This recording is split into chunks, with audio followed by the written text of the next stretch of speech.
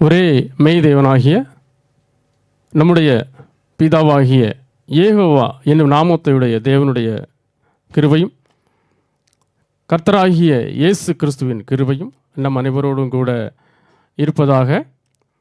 இப்பொழுதும் நாம் மீட்கும் பொருள் என்கிற இந்த சத்தியத்தை நாம் கற்றுக்கொள்ளப் போகிறோம்.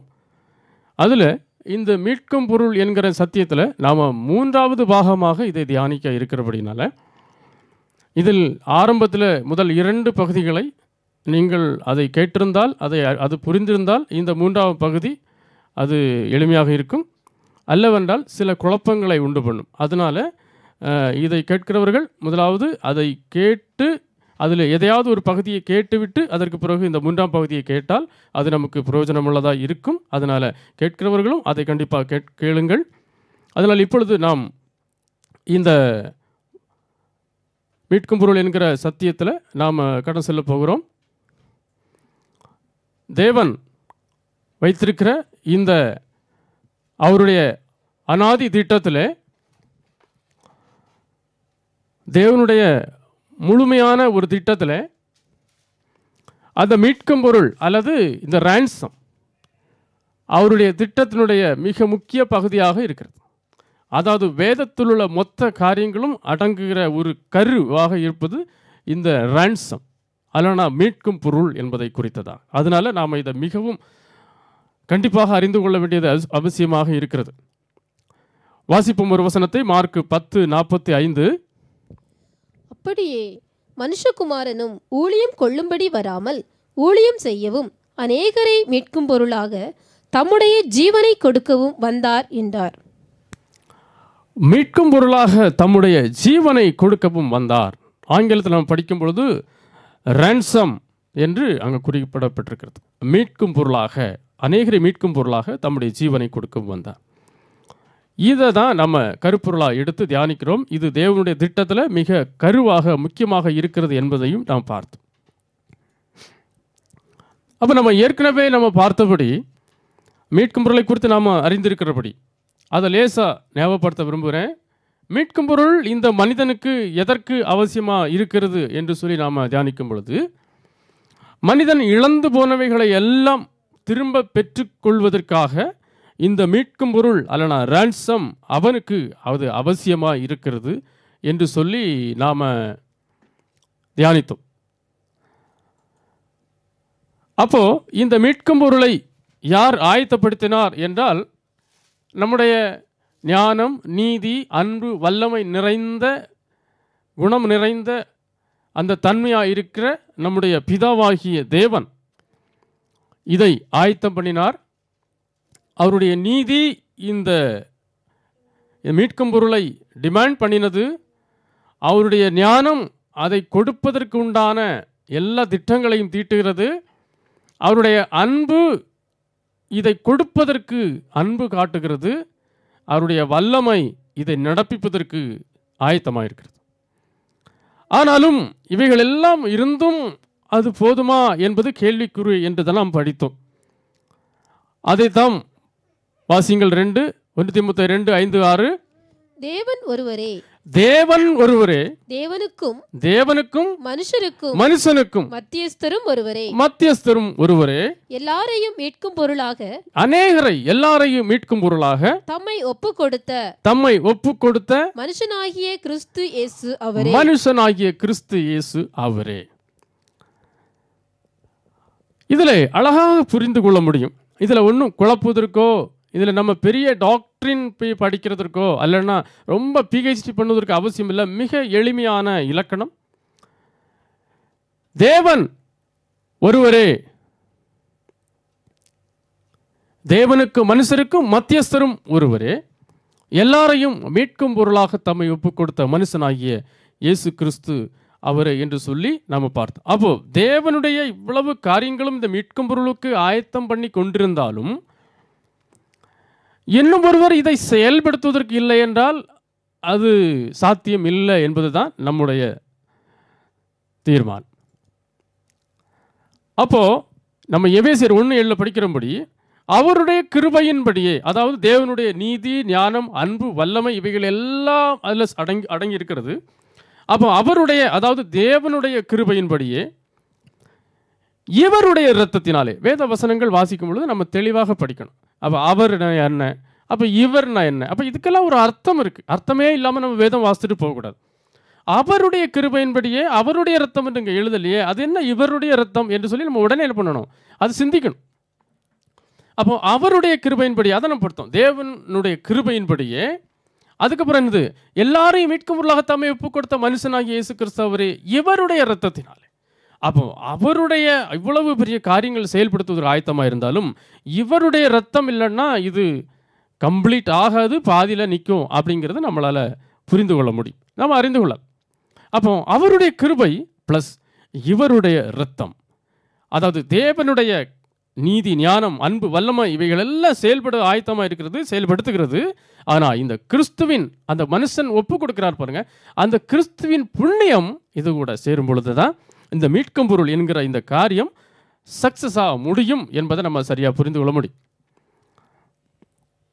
இதில் நாம் அறிந்து கொள்ள வேண்டிய இன்னொரு காரியம் உண்டு. இப்போ மீட்கும் பொருள் என்று தமிழில் இருந்த உடனே நம்ம அநேகர் கிறிஸ்தவர்கள் கூட இந்த வசனங்களை எல்லாம் படித்திருப்போம். மீட்கும் பொருள், மீட்கும் பொருள், இப்படி எல்லாம் படித்திருப்போம். அது என்ன மீட்கும் பொருள்? இப்போ என்ன இருக்குது, இது ஒரு பொருள், இது ஒரு பொருள், ஒன் திங், ஒரு பொருள். இதே மாதிரி கிறிஸ்துவை நம்ம ஒரு பொருள் ஆக்கிட்டோமோ அப்படின்னு கூட சிலர் நினைக்கலாம். அது என்ன பொருள் அப்படின்னு கூட சிலர் யோசிக்கலாம். கிறிஸ்துவை பார்த்து ஒரு பொருளை நம்ம சொல்லிட்டாங்க அப்படின்னு சொல்லி நினைக்கலாம். ஆனால் அப்படி இல்லை. வேதம் என்ன சொல்லுது என்பதை நம்ம தெளிவாக அறிந்து கொள்ள ஆயத்தமாக இருக்கணும்.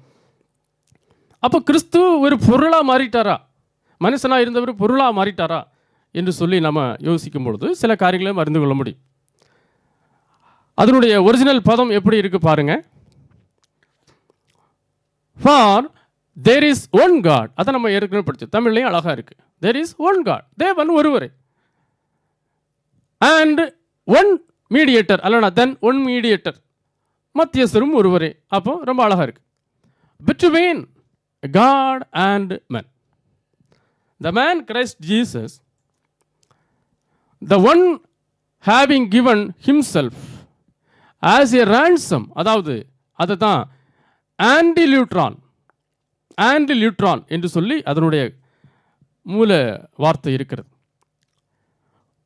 ஆன்டிலியூட்ரான் என்பது அந்த மீட்கும் பொருள் என்பதனுடைய கிரேக்க பதம். ஏ ரான்சம், ஆஸ் ஏ ரான்சம் என்கிற அந்த வார்த்தை அதுக்குள்ள அடங்குது. அப்போ இதனுடைய சரியான பொருள் என்ன என்று சொல்லி நம்ம பார்க்கும் பொழுது, நம்ம படித்த அந்த ஆன்டி லூட்ரான் என்பதனுடைய சரியான பொருள் ஆன்டி மற்றும் லூட்ரான், ஆன்டி லூட்ரான், ஆன்டி லூட்ரான் என்கிற வார்த்தைகள் சேர்ந்து தான் அதுக்குள்ள அடங்கியிருக்கு. அப்போ அதனுடைய சரியான பொருள் என்னன்னா கரஸ்பாண்டிங் பிரைஸ், கரஸ்பாண்டிங் பிரைஸ், ஒரு பொருள் அல்ல. என்னது? கரஸ்பாண்டிங் பிரைஸ் அல்லனா ரிடம்ஷன் பிரைஸ். அதுதான் இந்த படத்தில் கூட நம்ம பார்க்கலாம். அங்கே ஒரு டாலர் படம் போட்டுருக்கு பாருங்க, அது என்னது? அதனுடைய விலையை காட்டக்கூடிய குறியீடு. இது நாம போட்டது, ஆனால் வேத வசனத்துக்கு அர்த்தம் இருக்கு. ரிடம்ஷன் பிரைஸ், ஒரு பொருள் அல்ல. ரிடம்ஷன் பிரைஸ் அல்லனா பதிலாக கொடுக்கப்பட்ட விலை, அல்லனா ஈடாக கொடுக்கப்பட்ட விலை, இதெல்லாம் அதற்குள்ளால இந்த வார்த்தைக்குள்ளால அடங்குற அர்த்தமாக்கும். அப்போ மொத்தத்தில் இந்த ஆன்டி லூட்ரான் என்பதனுடைய சரியான பதம் என்ன என்றால் மீட்பதற்கு ஈடாக கொடுத்த விலை, அதாவது மீட்பதற்கு பதிலாக கொடுக்கப்பட்ட விலை. இதுதான் என்னது? ரான்சம், மீட்கும் பொருள் என்பதனுடைய சரியான பொருள். நம்ம மீட்கும் பொருள் அப்படின்னு சொன்னால் ஏதோ ஒரு பொருள், கடையில் நிறைய பொருளை வாங்குகிறோம், அதே மாதிரி இது ஒரு பொருள் அப்படின்னு சொல்லி படிச்சுட்டு போயிடக்கூடாது. அதனுடைய சரியான அர்த்தம் மீட்பதற்கு ஈடாக கொடுக்கப்பட்ட விலை என்று சொல்லியிருப்பார். 1 கொரிந்தியர் 6:20 படிங்க.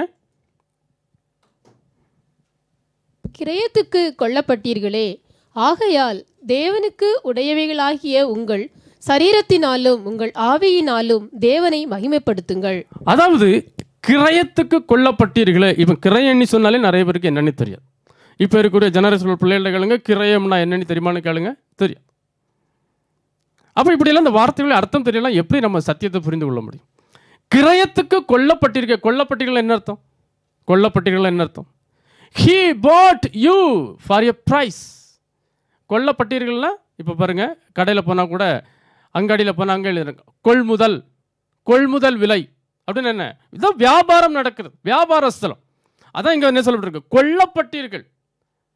கொல்லப்பட்டீர்கள்ங்கிற வார்த்தை கூட அர்த்தம் நமக்கு புரியாது, கிரயம்னா அர்த்தம் புரியாது. அப்புறம் எப்படி வேதத்தின் சத்தியங்களை புரிந்து கொள்ள முடியும்? அப்போ கிரயத்துக்கு கொல்லப்பட்டீர்கள், நீங்கள் விலைக்கு வாங்கப்பட்டீர்கள், அதான் அதனுடைய சரியான பொருள். he bought you for a price. பாட்டுன்னா என்னது? வாங்குறது, கடையில் போய் வாங்குறது. he bought for a price.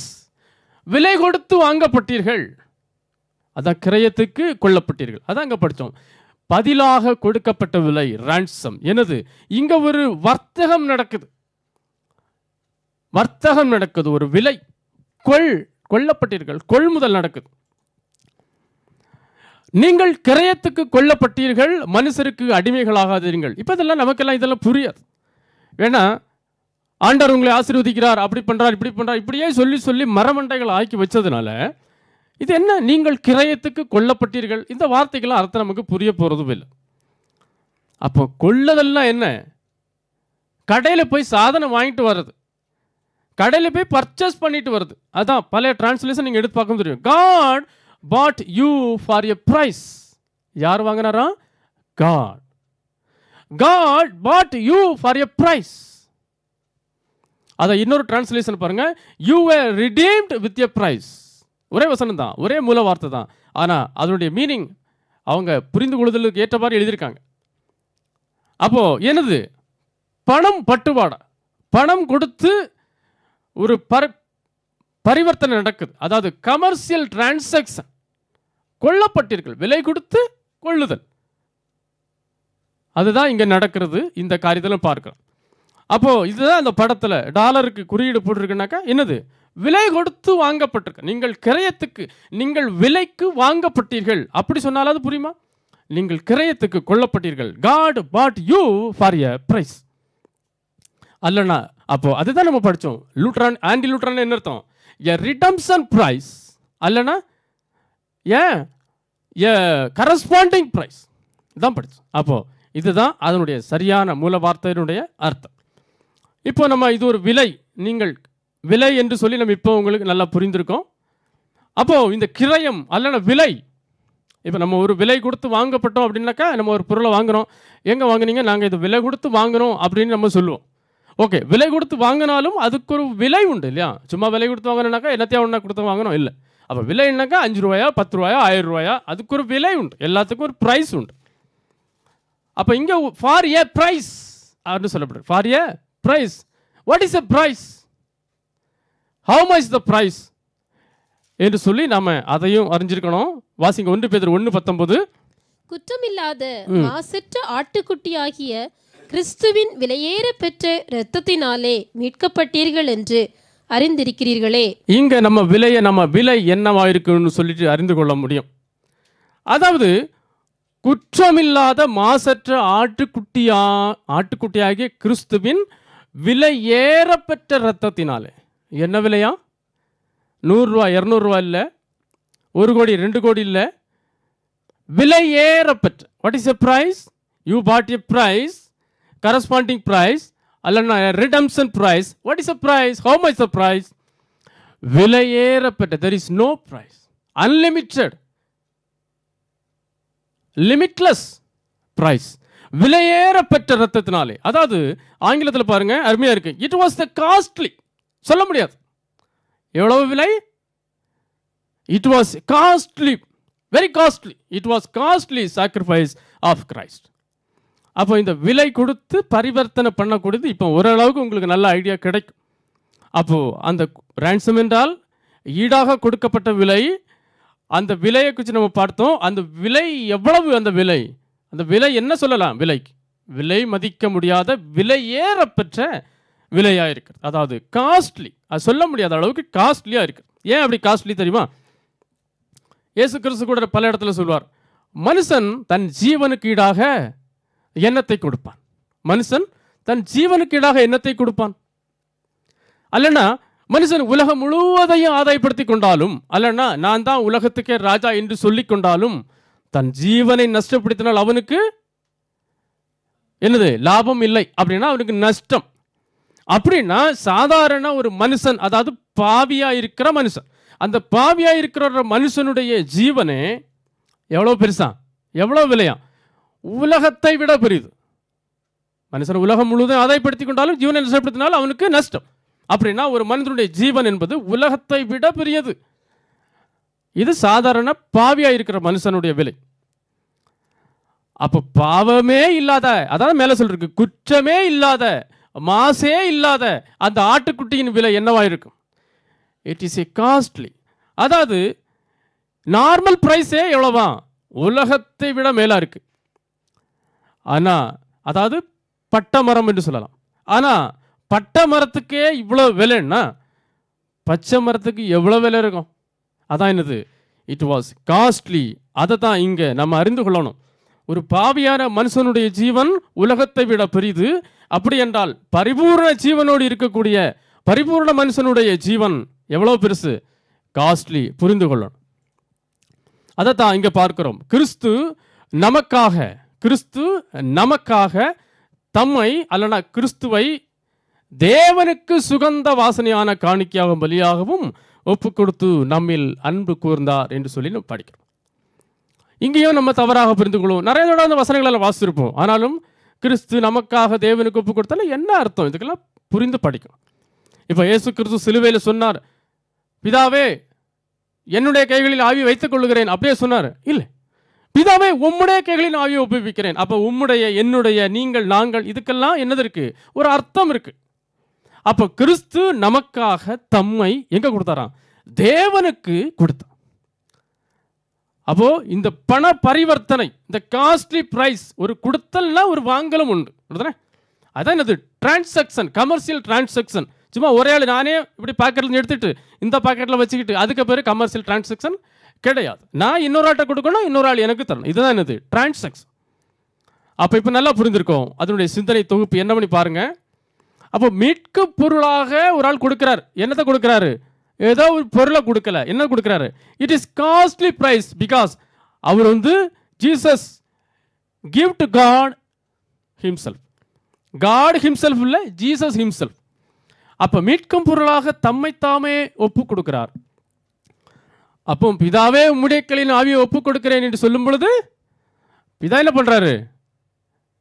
அதை ஒப்புக்கொள்ளுகிறார். இதுதான் என்னது? Commercial transaction.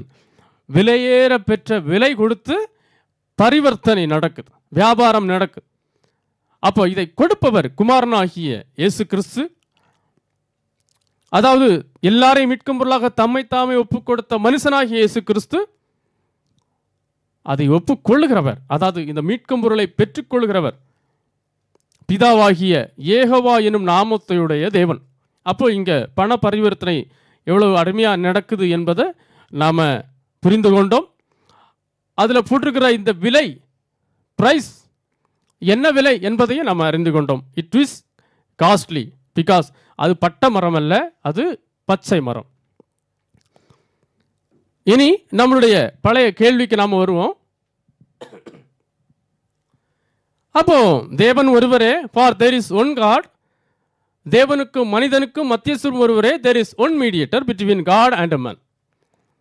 எல்லாருக்காகவும் தம்மை ஒப்பு கொடுத்த மனுஷனாகிய இயேசு கிறிஸ்து அவரே என்று சொல்லி நம்ம இப்போ தெளிவாக புரிஞ்சிருப்போம். அந்த வசனுடைய அர்த்தம் என்னன்னு புரிஞ்சிருப்போம். ஓகே. அப்படி இருக்கும்போது நமக்கு ஒரு கேள்வி. அது என்ன? இயேசு கிறிஸ்து மட்டும்தான் இதுக்கு மீட்பு பொருளாக தன்னை கொடுக்க முடியுமா? வேற யாரும்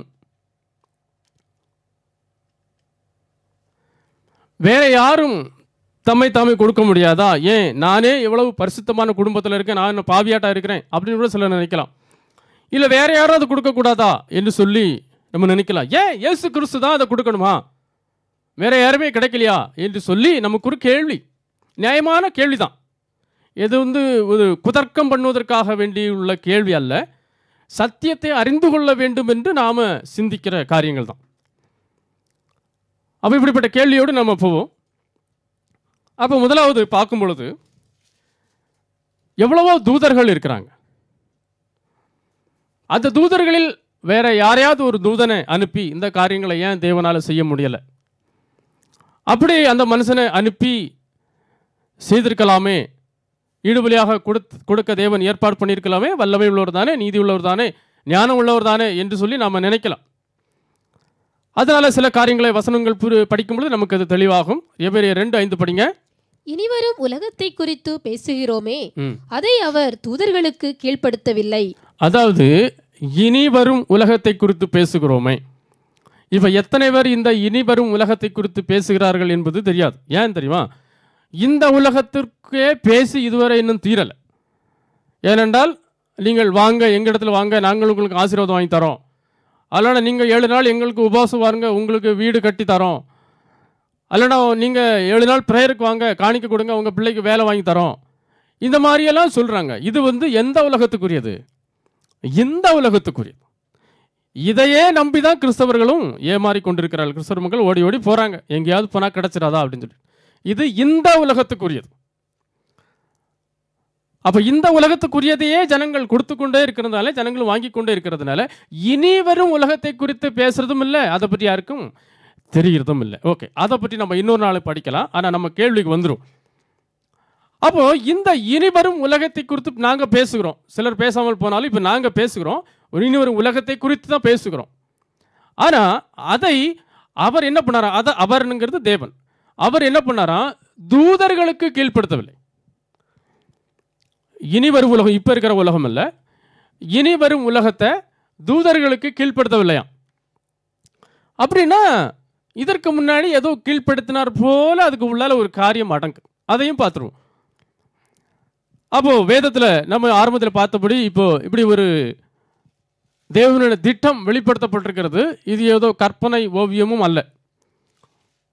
அதாவது வேதம் நீங்கள் படிக்கும்போது தெரியும். இருந்தாலும் சில வசனங்களை மாத்திரம் நம்ம குறிப்பிடுறேன். 2 பேதுரு 3:6 அப்பொழுது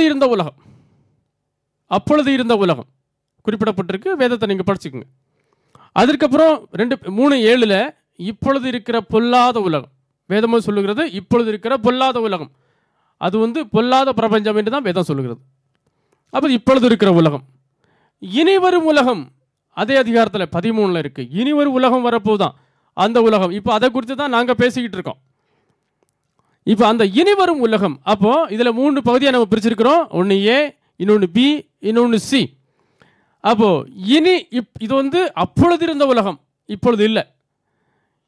இது இப்பொழுது இருக்கிற உலகம், இனி இல்லை. இது இனி வரும் உலகம், அது இப்பொழுது இல்லை. அப்போ இப்பொழுது இனி வரும் உலகத்தை குறித்து நாங்கள் பேசுகிறோம். அதை அவர் என்ன பண்ணியிருக்கிறாராம்? அதை அவர் தேவதூதர்களுக்கு கீழ்ப்படுத்தவில்லை. கீழ்ப்படுத்தியிருக்கிறார்ல, படுத்தவில்லை. அப்படின்னா இதில் ஏதோ ஒரு சம்பவம் இருக்கு. அதைத்தான் நம்ம இப்போ 2 வசனங்கள் மூலம் அறிந்து கொள்ள போகிறோம். ஆதியாகமம் 6ஆம் அதிகாரத்தில் ஒரு காரியங்க குறிப்பிடப்பட்டிருக்கு. சிலர் ஒருவேளை இதை நம்பலாம், நம்பாமலும் போகலாம். அந்நாட்களில் ராட்சதர் பூமியில் இருந்தார்கள். பின்பு அந்த அதிகாரம் முழுவதையும் படிங்க. பின்பு தேவகுமாரர் மனுஷகுமாரத்திகளோட கூடுகிறதினால் இவர்கள் அவர்களுக்கு பிள்ளைகளை பெற்றபோது இவர்களும் பூர்வத்தில் பெயர் பெற்ற மனுஷராகிய பலவான்களானார்கள். அப்போ இங்கே ஒரு சம்பவம் நாம பார்க்கலாம். ராட்சதர்கள் இருந்தார்களா? அதற்கப்புறம் இருந்தார்கள். அதற்கப்புறம் தேவகுமாரர், அதாவது சன்ஸ் ஆஃப் காட், மனுஷகுமாரத்திகளோட, அதாவது டாட்டர் ஆஃப் ஹியூமன், மனுஷகுமாரத்திகளோட கூடுகிறதினால் அப்புறம் என்ன நடக்குது? பிள்ளை பெறுறாங்க. பிள்ளை பெற்ற உடனே இவர்கள் என்ன பண்ணுறாங்க? பேர் பெற்ற, அதாவது பெரிய மைட்ரி பவர் உள்ள ஒரு ஆட்களாக மாறிடுறாங்க. இது அந்த நாட்களில் நடந்தது, அந்நாட்களில். இதைத்தான் கூட நீங்கள் ஒரு வேளை கேட்டுக்கலாம். ராமாயண மகாபாரதத்துலலாம் கொஞ்சம் கற்பனை கதை மாதிரி நீங்கள் கேட்டிருக்கலாம். ஆனால் இதெல்லாம் வேதத்தில் குறிப்பிடப்பட்டிருக்கு. அப்போ இப்போது என்ன ஆகுனாக்கா, அக்கிரமம் ரொம்ப மோசமாக போயிடுச்சு. ஏன்னா கண்ட்ரோலே இல்லாமல் போயிடுச்சு. அதனால தான் ஒருத்தன் மலையை பிடுங்கினா, ஒருத்தன் பனையை பிடுங்கினா, ஒருத்தன் தூக்கிட்டு வானத்துக்கு போனால், இந்த மாதிரிலாம் காரியங்கள் நடக்க ஆரம்பிச்சது. இதெல்லாம் உண்மை, வேதத்தில் குறிப்பிடப்பட்டிருக்கு. அப்போது இதெல்லாம் பார்த்த தேவன் தான் சரி, இனி சரிப்படாது அப்படின்னு சொல்லிட்டு தேவன் என்ன பண்ணிடுறாரு? மனுஷனை நிக்கிரகம் பண்ணுவதற்கு அவர் திட்டம் போடுறார் உடனே. அப்போ இதில் இந்த அறிந்து கொள்வது என்ன அப்படின்னா, அந்த ராட்சதர்கள் என்ற காரியங்களை நம்ம படித்தோம் இல்லையா, அதனுடைய சரியான பதத்தை நான் வாசிக்கிறேன். The Nephilim were on the earth in those days and also afterward when the sons of God went to the daughter of humans. எங்க யாரு? Sons of God எங்க போறாங்க? Daughters of humans and had children by them. They were the heroes of old men of renown. அத good நியூஸில் இன்னும் ரொம்ப அருமையாக இருக்கு. In those days and even later, அதாவது அந்த நாட்களிலும் அதற்கு பிறகும் இப்படி ஒரு சம்பவம் இருந்தது. There were giants on the earth who were descendant of human woman and the heavenly beings father. அதாவது ஹியூமன் உமன் அப்போ யார்? ஹெவன்லி பீயிங்ஸ், அதான் சன்ஸ் ஆஃப் காட், தேவகுமாரர்கள். அப்போ இப்படி ஒரு சம்பவம் நடக்குது. அப்போ இந்த அங்கே சொல்லப்பட்டிருப்பாங்க த நெஃப்லீம் அப்படின்னா அதனுடைய சரியான அது எபிரேய வார்த்தை. நெஃப்லீம் என்பது எபிரேய வார்த்தை. அதனுடைய சரியான அர்த்தம் என்னன்னாக்கா ஃபால் டவுன், அதாவது விழுந்து போனவர்கள், அதாவது தள்ளப்பட்டு விழுந்து போனவர்கள் என்று சொல்லி அர்த்தம். அதுதான் யாராம்? இந்த நெஃப்லீம். அப்போ இங்கே ஒரு காரியம் நமக்கு என்ன விளங்குது அப்படின்னாக்கா, இனிவரும் உலகத்தை குறித்து பேசுகிறோம் நாங்கள். அந்த உலகத்தை அவர் தேவதூதர்களுக்கு கீழ்ப்படுத்தவில்லை. அப்போ இதற்கு முந்தின உலகத்தை அவர் தேவதூதர்களுக்கு கீழ்ப்படுத்தி இருந்தார். அதான் இதில் நம்ம புரிந்து கொள்ளணும். அதாவது தேவதூதர்கள் மூலமாய், அதாவது சன்ஸ் ஆஃப் காட் இருக்காங்க இல்லையா, இவங்களை வச்சு, அதான் ஏஞ்சல்ஸ்னு கூட வச்சுக்கலாம், இவர்களை வைத்து தான் என்ன பண்ணார்? இந்த பூமியை சீர்படுத்துவதற்கு அவர் இவர்களை பயன்படுத்துகிறார், தேவகுமாரர்கள். ஆனால் இவர்களை பயன்படுத்துவதற்கு இவர்கள் வந்தால் இவர்கள் என்ன பண்ணிடுறாங்க? இந்த ஆரம்பத்திலேயே நீங்கள் இந்த அதிகாரம் ஆரம்பத்திலே படிச்சுன்னு தெரியும், இவர்கள் தங்களுக்கு பெண்டாட்டிகளை தெரிந்து கொண்டார்கள் அப்படின்னு சொல்லி. அப்போ இவங்க மனுஷர்களை சீர்படுத்துவதற்கு வந்த தேவகுமார்கள், அதாவது சாதாரண மனுஷனுடைய ஹெவன்லி பீயிங்ஸ், இவங்க குடும்பம் நடத்திட்டு இருக்காங்க. அப்போ என்னாச்சு? தேவனுடைய திட்டம் என்னாச்சு? மனுஷனை சீர்படுத்துவதற்கு தான் தேவகுமார் அனுப்பினார். இவன் என்ன பண்ணிட்டான்? உள்ளதையும் கெடுத்தான். அதான் சொல்லுவாங்க, குடும்பம் கோயிலுக்கு போனால் அங்கே ஒரு குடும்பம் தலைவிரிச்சு ஆடிச்சான். அதே போல் நிலைமை ரொம்ப மோசமாக போகவே தேவன் பூமி அழிக்க சித்தமானான். அப்பொழுது இருந்த உலகத்தை இப்படி தேவதூதர்கள் கீழ்ப்படுத்தியிருந்தார். சரி, ஓகே. அதனால் என்ன? அதிலிருந்து நாம் என்ன தெரிந்து கொண்டோம் அப்படின்னாக்கா, இப்படி தேவனுடைய இந்த தெய்வீக மகா பெரிய திட்டத்தை செய்வதற்கு இந்த வஞ்சிக்கப்பட்டு போன இந்த பலகீனமுடைய தேவதூதர்கள் அதற்கு சரியானவர்கள் அல்ல என்று நம்மளால் தீர்மானிக்க முடியும். ஏனென்றால் அவரிடத்துல என்ன இருக்கு? பலகீனம் இருக்கு. அவர்கள் மாம்ச சரீரத்தில் இல்லைன்னாலும் அவர்கள் ஹெவன்லி பீயிங்ஸாக இருக்கிறாங்க. அப்படி இருந்தாலும் ஒருவேளை இந்த காரியங்களெல்லாம் சிந்திக்க முடியாமல் சிலர், ஏன்னா வேதாகமம் படிக்கிறவங்க இந்த காரியங்களெல்லாம் சொல்லித்தரதும் இல்லை இல்லையா, வேதத்தில் இது எங்கேயோ யாருக்கோ எழுதி வச்சிருன்னு நினச்சிருக்கிறாங்க போல. அப்போ இதை இப்படிப்பட்ட சூழ்நிலையில் தேவதூதர்களுடைய மனநிலைமை இப்படித்தான் இருக்கு. அவங்களே என்ன பண்ணிடுறாங்க? ஒரு சின்ன வீக்னஸ் அவங்களே விழுந்துடுறான். அப்போ சாதாரண மனுஷன் விழுறதுக்கு என்ன ஏமாத்திரம்? அப்படித்தானே? அப்போ மனுஷனை விட அதிக ஒரு உன்னத வல்லமையாக உருவாக்கப்பட்ட அந்த தேவகுமாரர்களே என்ன பண்ணிடுறாங்க? வஞ்சிக்கப்படுறாங்க. அவங்களே பலகீனத்தில் விழுந்து போகிறாங்க.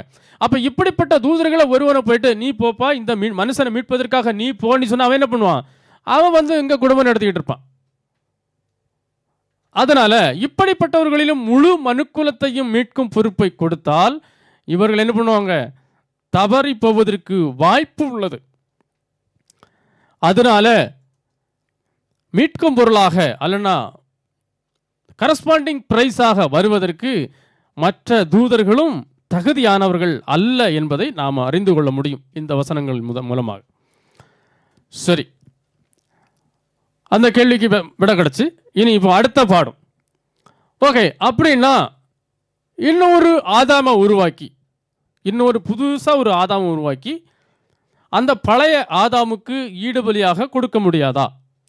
அப்படி கொடுத்தா முடிஞ்சு போச்சே, ஏன் இந்த இயேசு கிறிஸ்துவை கொண்டு பலியிடணும்? அதாவது பழைய ஆதாம் தானே, அப்போ அவனுக்கு ஈடுபலி இன்னொரு ஆதாம், அவ்வளோதானே. அதான் கரஸ்பாண்டிங் ப்ரைஸ்னாலே அதுக்கு அதான் அர்த்தம். இப்போ 1,00,000 ரூபா தானே, அதுக்கு நான் 1,00,000 ரூபா மதிப்புள்ள செயினை தாரேன். ஓகே, அந்த மாடு தானே 50,000 தானே, இன்னும் 50,000 நான் தரேன், நீ அது ஈடுகள் கட்டி. இதுதான் என்னது கரஸ்பாண்டிங் ப்ரைஸ், வெரி சிம்பிள்.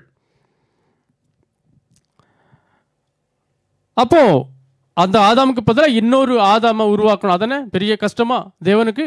ஒரு ஆதாமை சிம்பிளாக உருவாக்கிட்டு, ஓகே இந்த ஆதாமை கொண்டு நீ இவனுக்கு பலி கொடுத்தா எல்லாம் சரியா போயிடும் அப்படின்னு கூட ஏன் முடியாதா அப்படின்னு சொல்லி நம்ம நினைக்கலாம். அப்போ சில காரியங்களை நம்ம இன்னும் அப்போ கொஞ்சம் பின்னணியத்தை படிக்கணும். மனிதன் எப்படி உருவாக்கப்பட்டான்? அவன் தேவ சாயலில் உருவாக்கப்பட்டான். அவனிடத்துல பாவ சாயல் இல்லை. அவனிடத்துல பரிபூரண சரீரம் இருந்தது. எந்த நோய் நொடியோ கேன்சரோ வயிற்று வலியோ முட்டு வலியோ ஒன்றும் கிடையாது. நித்திய ஜீவனோடு வாழக்கூடிய உரிமை அவனுக்கு இருந்தது. அதாவது அவன் எத்தனை வருஷம், எத்தனை 1000 வருஷம் வேணாலும் அவன் வாழ்ந்துக்கிட்டே இருக்கலாம். அதுக்குத்தான் அவனுக்கு தேவ சாயல் என்று பேர். நித்திய ஜீவனோடு வாழக்கூடிய உரிமை அவனுக்கு இருந்தது. அவன் மட்டும் இல்லை, இனி ஒரு சந்ததியை அவன் உருவாக்கினாலும் அந்த சந்ததியும் நித்திய ஜீவனோடு வாழ வல்லமை அவனுக்கு இருந்தது. அது மட்டுமல்ல, தேவன் ஆண்டு கொள்ளுங்கள் என்று சொல்லி ஆசீர்வதித்தார் பாருங்க. அதனால உலகம் முழுவதையும் ஆண்டு கொள்ளும் வல்லமையும் அவனுக்கு இருந்தது. இப்படிப்பட்ட தன்மையுடையவனாக தான் மனிதன் இருந்தான். இந்த ஆதாம், முதலாம் ஆதாம், இப்படிப்பட்ட வல்லமையோடு தான் தேவன் இந்த மனுஷனை படைக்கிறான். அப்போ இந்த சூழ்நிலை எப்படி இருக்கிறதுன்னா, வெறும் பாவமே இல்லாத ஒரு பரிபூர்ணமான ஒரு சுற்றுச்சூழல் இங்கே இருக்குதுன்னு நம்ம பார்க்கலாம். இங்கே என்னது இல்லை, பாவம் இல்லை, திருடன் இல்லை, ஒத்துரும் இல்லை, விபச்சாரம் இல்லை, கொலை இல்லை, கொள்ளை இல்லை. ரொம்ப அருமையான ஒரு சுற்றுச்சூழல். அதாவது பாவமற்ற பரிசுத்தமான சூழல்ல இவன் இருக்கிறான். ஆனால் நடந்தது என்ன? மெய்க்கு பிதாவாகிய மெய்யான ஒரே தேவன் கட்டளை கொடுத்தார் இல்லையா? நீ அதை புசிக்கும் நாளில் சாகவே சாவாய்.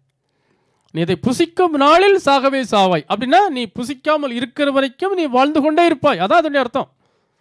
அப்போ இந்த பொய்க்கு பிதா, அதாவது பொய்யான தேவன், அதை தான் இன்னொரு இடத்துல வேதத்தில் பார்க்கிறோம். இப்பிரபஞ்சத்தின் தேவனானவன் என்று சொல்லி அவனுக்கு பெயர் கொடுக்கப்பட்டிருக்கு. இந்த உலகத்துக்கு அவன் தேவனா. அப்போ அவன் என்ன சொன்னா, நீங்கள் சாகவே சாவதில்லை. அப்போ மெய்யான தேவன் மெய்ய கொடுக்க, பொய்யான தேவன் பொய்ய கொடுக்கிறான். அங்கே தெரியுது, சாகவே சாவாய் நேர் ஆப்போசிட்டா எப்படி இருக்கு, நீங்கள் சாகவதில்லை எப்படி இருக்கு. மெய்க்கும் பொய்க்கும் எவ்வளோ டிஃபரெண்ட் இருக்கு, நேர் ஆப்போசிட்டா இருக்கு. அப்போ தேவன் பண்ணின இந்த உடன்படிக்கை, அவன் என்ன பண்ணணும், இந்த உடன்படிக்கையில் அவன் நிலைத்து நின்றுக்கணும். அவன் நிலைத்து நிற்கலை என்று சொல்லி நம்ம படிக்கிறோம். அவன் என்ன பண்ணிட்டான், அவர்களோ ஆதாமை போல் உடன்படிக்கையை மீறி. அப்போ ஆதாமை உடன்படிக்கை என்ன பண்ணிட்டான், மீறினா. உடன்படிக்கை மீறினவர்களை கண்டந்துண்டமாக வெட்டணுமா அப்படின்னு சொல்லி வேதம் சொல்லுகிறது. உடன்படிக்கை மீறினவர்களை கண்டந்துண்டமாக வெட்டணுமா. அதனால தான் திருமணமும் ஒரு உடன்படிக்கை. இந்த உடன்படிக்கையை மீறுகிறவர்களை கண்டந்துண்டமாக வெட்டணும். எல்லாமே ஒரு உடன்படிக்கை. இந்த உடன்படிக்கையை மீறுறவங்களை, அதுக்கு தான் ஆபிரகாம் அங்கே கண்டந்துண்டமாக வெட்டி வைக்கிறார். வெட்டி வச்சுட்டு சொல்கிறாரு, என் உடன்படிக்கை மீறினவர்களை நான் கண்டந்துண்டமாக வெட்டின துண்டு போல ஆக்குவேன் அப்படின்னு சொல்கிறார். அப்போ உடன்படிக்கையை மீறுகிறவர்களை இப்படி தான் கண்டந்துண்டமாக வெட்டணுமா. திருமணமும் ஒரு உடன்படிக்கை. அதை யாராவது முறித்து போட நினைச்சா அவங்களை கண்டந்துண்டமாக வெட்டணும். அப்போ இதை இங்க ஆதாம் என்ன பண்ணிட்டான், உடன்படிக்கையை மீறிட்டான். ஆதாமோடு தேவன் பண்ணின உடன்படிக்கையாக, என்ன உடன்படிக்கை, நீ அதை புசிக்கும் நாளில் சாவாய். இது தேவன் ஆதாமோட பண்ண உடன்படிக்கை. இது சும்மா அவர் இதனை பயக்காட்டுறதுக்கோ அல்லனா இவன்ட்ட ஒரு மேஜிக் சொல்லிட்டு போறதுக்கோ அவர் என்ன பண்ணல. அப்படி ஒரு வார்த்தை அவர் சொல்லுறவும் இல்லை. தேவன் மேஜிக்கு சொல்லவும் கூடாது, சொல்லவும் மாட்டார். ஏனென்றால் அவர் எப்படிப்பட்ட தேவன், மேஜிக்கின் தேவன் அல்ல, மாய்மாலத்தின் தேவன் அல்ல. அவர் எப்படிப்பட்ட தேவன், மெய்யான தேவன். மெய்யான தேவன். அவர் சொல்றதெல்லாம் மெய்யா தான். அப்போ இவன் உடன்படிக்கையை மீறினான், உடன்படிக்கையை மீறிட்டான். அப்போ என்னாச்சு, பின்பு அவர் ஆதாமை நோக்கி, நீ உன் மனைவியின் வார்த்தைக்கு செவி கொடுத்து புசிக்க வேண்டாம் என்று நான் உனக்கு விலக்கின விருட்சத்தின் கனியை புசித்தபடியினால். அப்போ இவன் நான் சொன்னதை கேட்கணும், அதான் உடன்படிக்கை. இப்போ மனைவி சொன்னதை கேட்கணுங்கிறது உடன்படிக்கை இல்லை. நம்ம ஏற்கனவே நம்ம இந்த காரியங்களெல்லாம் படிச்சிருக்கிறோம்.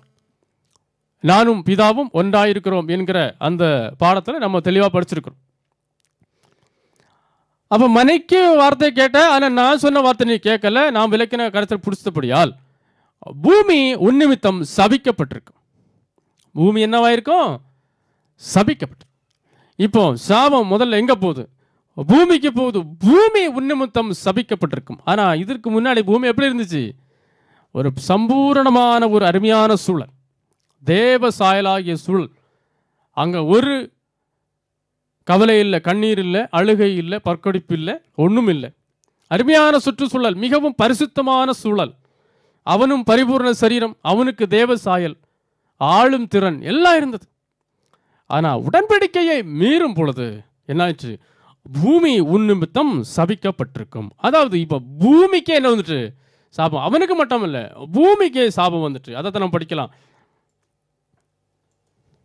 இப்படியாக ஒரே மனுஷனாலே பாவமும் பாவத்தினாலே மரணமும் உலகத்தில் பிரவேசிக்குது. எங்க பிரவேசிக்குது? நம்ம கிறிஸ்தவ சமுதாயத்தில். எங்க? உலகத்தில். அப்போ உலகம் இதற்கு முன்னாடி எப்படிப்பட்ட உலகமா இருந்தது? பாவமே இல்லாத, மரணமே இல்லாத உலகமா இருந்தது. இப்பதான் முதல்ல பாவம் மரணம் எங்க போகுது? உலகத்துக்குள்ளால பிரவேசிக்கு, உலகத்துக்குள்ளால என்றாவது.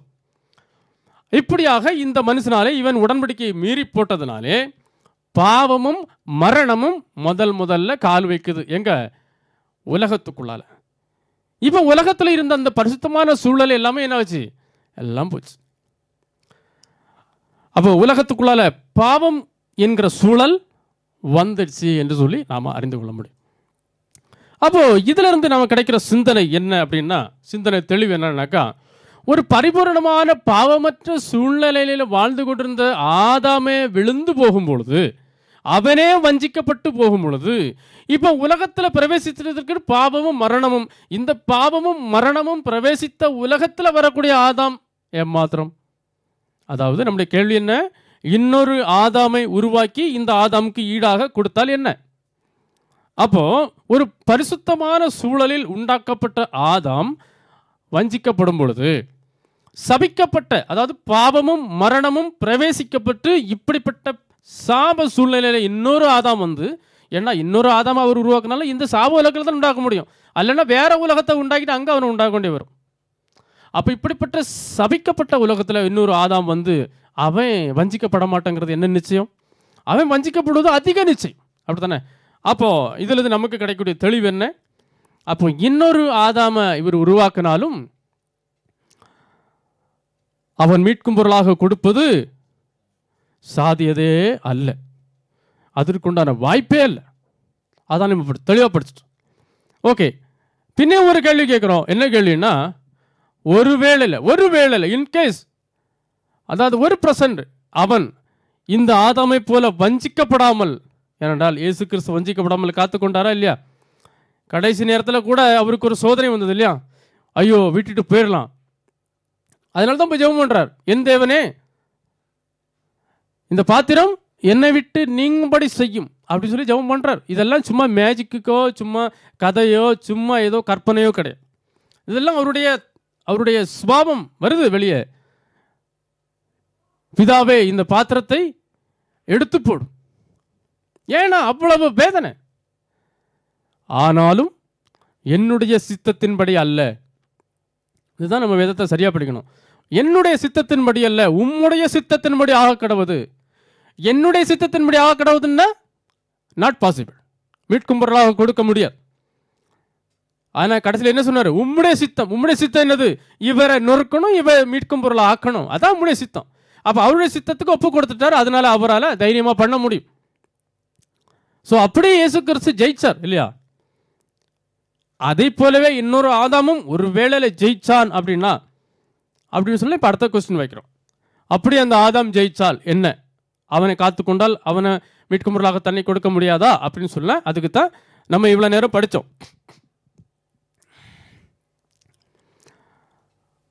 அந்த ஆதாம், அதாவது இனி தேவன் ஒரு புதிய ஆதாம் உருவாக்குறார். அந்த ஆதாம் வந்து தன்னை அவன் எப்படி கொடுக்கணும் அப்படின்னாக்கா, அவனை பூரண மனுஷனாக ஒப்பு கொடுக்கணும்.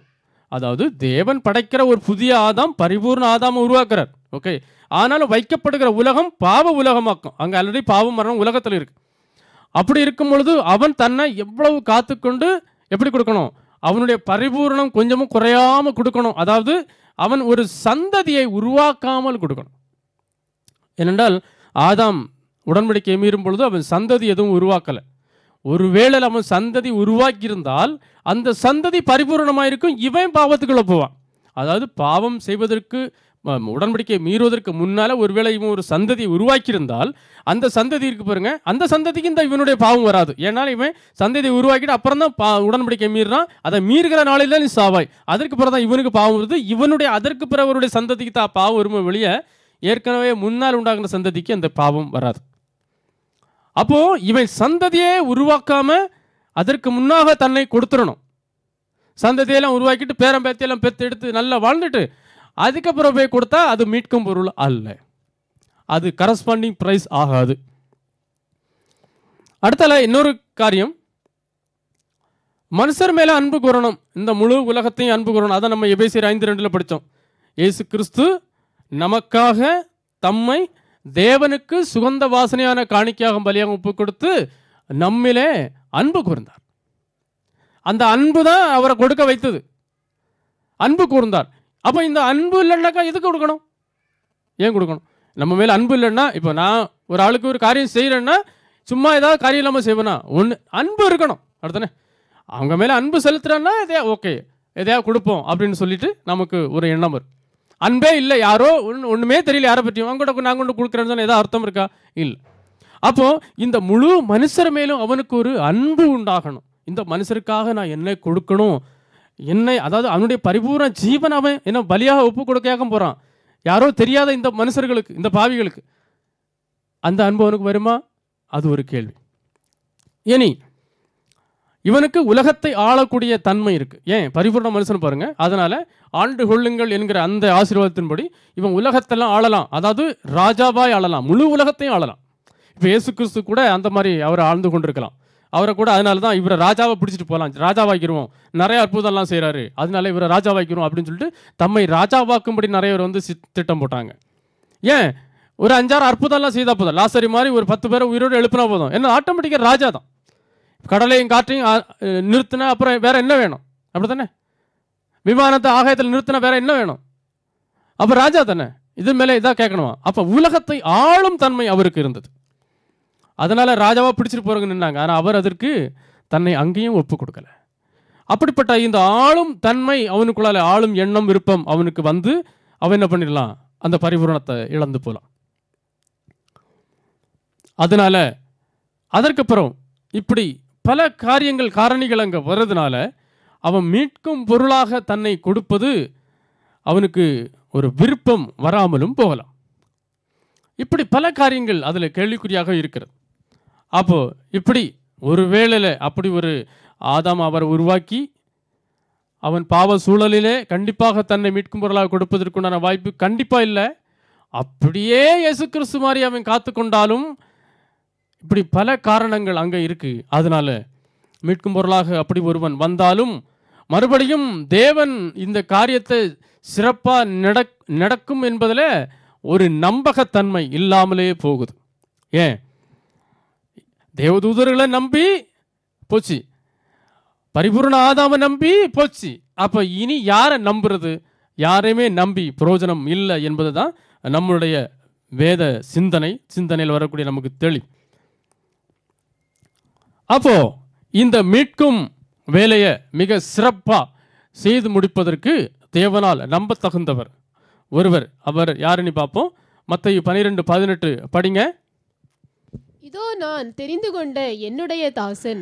நான் தெரிந்து கொண்ட என்னுடைய தாசன். அதாவது நான் தெரிந்து கொண்ட என்னுடைய தாசன், என் ஆத்துமாவுக்கு பிரியமாயிருக்கிற என்னுடைய நேசன்.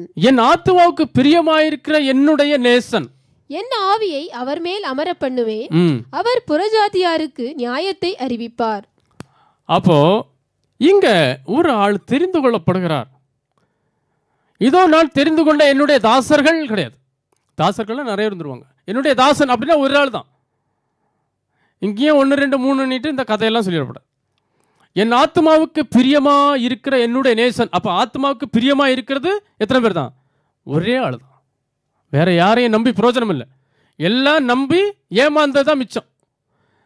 அப்போ நான் தெரிந்து கொண்ட என்னுடைய தாசன். Here is my servant. தாசன்னா சர்வன்ட், திரித்துவம் எல்லாம் ஒன்றும் இல்லை. My servant whom I have chosen, the one I love. எத்தனையா? the one I love. And with whom I am pleased, I will send my spirit upon him, and he, and they, என்னது, he will announce my judgment to the nation. அப்போ இங்கே ஒருவர் தெரிந்து கொள்ளப்படுகிறார். ஏன் அப்படின்னா, ஆத்மாவுக்கு, அதாவது தேவனுடைய ஆத்மாவுக்கு பிரியமா இருக்கிற ஒரே நேசன்.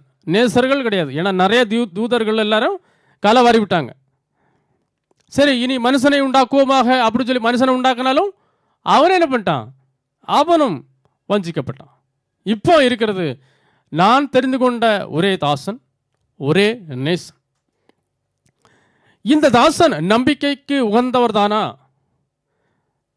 அல்லனா தெரிந்து கொள்வதற்கு பாத்திரவான் தானா என்று சொல்லி நம்ம படிக்கும் பொழுது, நம்ம வாசிக்க கேட்ட நம்ம சங்கீத புஸ்தகத்தில் வாசிக்கும் பொழுது, அப்பொழுது நான் இதோ வருகிறேன், புஸ்தக சுருளில் என்னை குறித்து எழுதியிருக்கிறது, என் தேவனே உமக்கு பிரியமானதை செய்ய விரும்புகிறேன். ஏன்னா என் ஆத்மாவுக்கு பிரியமாக இருக்கிற என்னுடைய நேசன், மை சர்வன்ட், என்னுடைய ஆத்மாவுக்கு பிரியமாக இருக்கிறவர் எப்பவுமே என்ன பண்ணுவார்? என்னுடைய ஆத்மா சிந்திக்கிறதையே செய்வார். அப்படித்தானே? என்னுடைய ஆத்மாவுக்கு பிரியமாக இல்லாதவர் நான் நினைக்கிறதுக்கு விரோதமாகவே என்ன பண்ணிட்டு இருப்பார்? பேசிகிட்டே இருப்பார். நம்ம ஒன்று பேசினா அவர் ஒன்று பேசுவார். ஏன்? நம்ம ஆத்மாவில் என்ன சிந்திக்கிறோம் என்னன்னு தெரிஞ்சுன்னா உடனே அதுக்கு ஆப்போசிட்டாக அவர் சிந்திப்பார். ஆனால் இங்கே அப்படி இல்லை. என் தேவனே, மை காட், உமக்கு பிரியமானதை செய்ய விரும்புகிறேன். அதனால தான் என்ன பண்ணாரு? இவர் என் ஆத்மாவுக்கு பிரியமாக இருக்கிற என்னுடைய நேசன். ஏனென்றால் நான் இதோ வருகிறேன். யார் எனக்காய் போவான்? யார் நமது காரியமாய் போவான்? இதோ நான் இருக்கிறேன். ஏன்னா புஸ்தக சுருளில் என்னை குறித்து எழுதியிருக்கிறது, சும்மா இல்லை, புஸ்தக சுருளில் எழுதியிருக்கிறது. அதனால இதோ வருகிறேன், உம்முடைய சித்தத்தை செய்ய விரும்புகிறேன், அல்லனா உமக்கு பிரியமானதையே செய்ய விரும்புகிறேன். அப்போ இவருடைய தாசன், அதாவது சர்வன்ட், இவருக்கு பிரியமானதை செய்ய விருப்பத்தோடு இருக்கிறார். எப்பவும் ஒரே ஒரு சர்வன்ட் இவருக்கு பிரியமானதை செய்ய விருப்பத்தோடு இருக்கிற சர்வன்ட். அதனால தான் அவர் சொன்னார், என் ஆத்மாவுக்கு பிரியமா இருக்கிற என்னுடைய நேசன். ஏனென்னா பிரியமா இருக்கிறது எதோ அதை தான் இவர் செய்வார், பிரியமானது இல்லாதது செய்ய மாட்டார். உமது நியாயப்பிரமாணம் என் உள்ளத்திற்குள் இருக்கிறது. எல்லாருக்கும் நியாயப்பிரமாணம் கையில் தான் இருக்கு, ஆனால் இவருக்கு எங்கே இருக்கான்? என் உள்ளத்திற்குள் இருக்கிறது. அதனால இந்த ஆதாம மாதிரி நான் உடன்படிக்கையை மீறுகிறது இல்லை. இந்த நியாயப்பிரமாணம் என்னது? உடன்படிக்கை. இந்த நியாயப்பிரமாணம் உங்கள் உள்ளத்தில் இருக்கு, அதனால இது மீறப்படாதது. அதனால இந்த உள்ளத்தில் இருக்கிற நியாயப்பிரமாணம் என்ன சொல்லுதோ அதை செய்ய நான் விரும்புகிறேன் என்று சொல்லி இந்த தாசன் மறுமொழி இங்கே கொடுக்குறாரு. அதை தான் இயேசு கிறிஸ்து அழகாக சொல்றாரு, என்னை அனுப்பினவர் என்னுடனே கூட இருக்கிறார், பிதாவுக்கு பிரியமானவைகளை நான் எப்பொழுதும் செய்கிறபடியா. எப்படி? என் ஆத்மாவுக்கு பிரியமாக இருக்கிற நேசன், என் தேவனே உமக்கு பிரியமானதை செய்ய விரும்புகிறேன். ஏனென்றால் என்னுடனே கூட இருக்கிற என் பிதாவுக்கு பிரியமானவைகளை நான் எப்பொழுதும் இன்னைக்கு இல்லை அன்னைக்கு இல்லை, எப்பொழுதும் நான் என்ன பண்ணுறேன்? அவருக்கு பிரியமானது செய்துட்டே இருக்கிறேன். ஒன்றும் பிரியமில்லாத ஒன்றுமே செய்கிறதில்லை. அதனால தான் அவர் சொன்னார், நானும் பிதாவும் ஒன்றாக இருக்கிறோம். அப்போ உமக்கு என் பிதாவுக்கு பிரியமானவர்களை நான் எப்பொழுதும் செய்கிறபடியால் அவர் என்ன பண்ணலை? என்னை தனியே இருக்க விடவில்லை. அதனால் சொன்னார், என் ஆத்மாவுக்கு பிரியமாக இருக்கிற என்னுடைய நேசன், நான் தெரிந்து கொண்ட என்னுடைய தாசன். And he who sent me is with me. He has not left me alone because I always do what pleases him. அவர் என்ன விரும்புகிறாரோ அதைத்தான் எப்பொழுதும் செய்வேன். அவராகவே சொல்றார். இயேசு கிறிஸ்து தாமே சொல்றார் இந்த வசனத்தை. இதற்கு முன்னாடி தீர்க்க தரிசனமாக நம்ம பார்த்தோம். இப்போ அவர் சொந்த வார்த்தைகளாக சொல்றார், என் பிதாவுக்கு எப்பவும் என்ன பிரியமாக இருக்கிறாரோ அந்த, ஏன்னா பிதாவுக்கு பிரியமாக இருக்கிற அந்த பிரமாணம் எல்லாம் இங்கே உள்ளத்தில் எழுதியிருக்கு. அப்போ இந்த பிரமாணத்தின்படியே தான் நான் செய்வேன். அவர் அவடத்தில் கேட்டவர்களை கற்றுக்கொண்டவர்களை மாத்திரம் தான் நான் செய்வேன்னு சொல்லிட்டு இயேசு கிறிஸ்து மறுபடியும் நமக்கு கற்பித்து தருகிறார். அப்போ இந்த பிரியமானவரை குறித்ததான இந்த பிதாவின் திட்டம், அவருடைய தீர்மானத்தை வாசிங்க. எபேசியர் 1:9-10. காலங்கள் நிறைவேறும் போது ம் விளங்கும் நியமத்தின்படி ம். பரலோகத்தில் இருக்கிறவைகளும் ம் புலோகத்தில் இருக்கிறவைகளும் ஆகிய சகலமும் ம். கிறிஸ்துவுக்குள்ளே கூட்டப்பட வேண்டும் என்று கிறிஸ்துவுக்குள்ளே கூட்டப்பட வேண்டும் என்று தமக்குள்ளே தீர்மானித்திருந்த ம். தம்முடைய தயவுள்ள சித்தத்தின் ரகசியத்தை எங்களுக்கு அறிவித்தார். அப்போ நம்ம ஏற்கனவே படித்தோம் இல்லையா, அந்த காலங்கள், அப்பொழுது இருந்த உலகம், இப்பொழுது இருக்கிற உலகம், இனி வரும் உலகம், இதெல்லாம் அவருடைய காலங்களில் அந்தந்த காலங்களில் நடக்குதுன்னு சொல்லி படித்தோம். அப்போ இந்த காலங்கள் நிறைவேறும் பொழுது, அதாவது அந்த ஆத்மாவுக்கு பிரியமாக இருக்கிறவருடைய நேசன் சொல்லி தேவன் சொன்னார் பாருங்க, அந்த நேசனை குறித்ததான தேவ திட்டம் வெளிப்படுது. அது காலங்கள் நிறைவேறும் பொழுது விலங்கு நியமித்தின்படி பரலோகத்தில் இருக்கிறவைகளும் பூலோகத்தில் இருக்கிறவர்களும் ஆகிய சகலமும் கிறிஸ்துவுக்குள்ளே, என் ஆத்மாவுக்கு பிரியமாயிருக்கிற என்னுடைய நேசனுக்குள்ளே கூட்டப்படணும் என்று தேவனுக்கு தமக்குள்ளே தீர்மானித்திருந்த தம்முடைய தயவுள்ள சித்தத்தின் ரகசியத்தை எங்களுக்கு அறிவித்தார். இப்போ பவுல் சொல்றார், அந்த பயங்கரமான ஒரு திட்டம், தேவனுடைய சித்தத்தை, இது ரகசியம், இந்த ரகசியத்தை எங்களுக்கு அறிவித்தார். அதனால தான் இப்போ நாங்களும் சத்தியத்தை சொல்லிட்டு இருக்கிறோம். சிலர் நினைப்பாங்க, பைபிள் காலத்தில் முடிச்சா தான் வசனத்தை சொல்ல முடியும், இல்லைன்னா முடியாது அப்படின்னு சொல்லுவாங்க. ஆனால் இந்த பவுல் சொல்கிறார், இந்த ரகசியத்தை எங்களுக்கு அறிவித்தார். அப்போ பைபிள் காலத்தில் படித்தவங்கள்ட்ட போயிட்டு இந்த ரகசியத்தை கொஞ்சம் சொல்லித்தாங்க அப்படின்னு சொல்லி கேட்டால் அவங்க என்ன சொல்லுவாங்க, ஐயோ இது ரகசியம்ப்பா, இந்த ரகசியம்லாம் உங்களுக்கு புரியாது, நீ அதை புரிந்து கொள்ளணும்னு சொல்லி விரும்பாத, அப்படியெல்லாம் கேள்வி கேட்காத அப்படின்னு சொல்லிட்டு உடனே தட்டி விடுவான். ஆனால் இங்கே இந்த ரகசியத்தை ஒன்றும் தேவன் மறைவாகவே வைக்கலை, எல்லாமே வெளிப்படையாக வைத்திருக்கிறார். வெளிப்படுத்தப்பட்ட காரியங்களை ஒன்றும் அவர் மறைக்கலை. அப்படி மறைக்கணும் நீ சொல்லியிருந்தாருன்னா நமக்கு ஒரு வேத புத்தகமே தரண்டான். அவன் என்ன பண்ணியிருக்கலாம், அவன் தனக்கு தான் நினைச்சது மாதிரி என்னத்தையா ஒன்று சொல்லிட்டு போயிட்டு இருக்கலாம். ஒரு வேதம் அவர் நமக்கு சத்திய வார்த்தை அல்லனா அவருடைய பிரமாணம் நமக்கு தர வேண்டிய அவசியம் இல்லை. எதுக்கு? நாம் அதை அறிந்து கொள்ளது தானே தந்திருக்கிறார். அப்படி ரகசியத்தை அறிவித்தார். இதுதான் என்னது?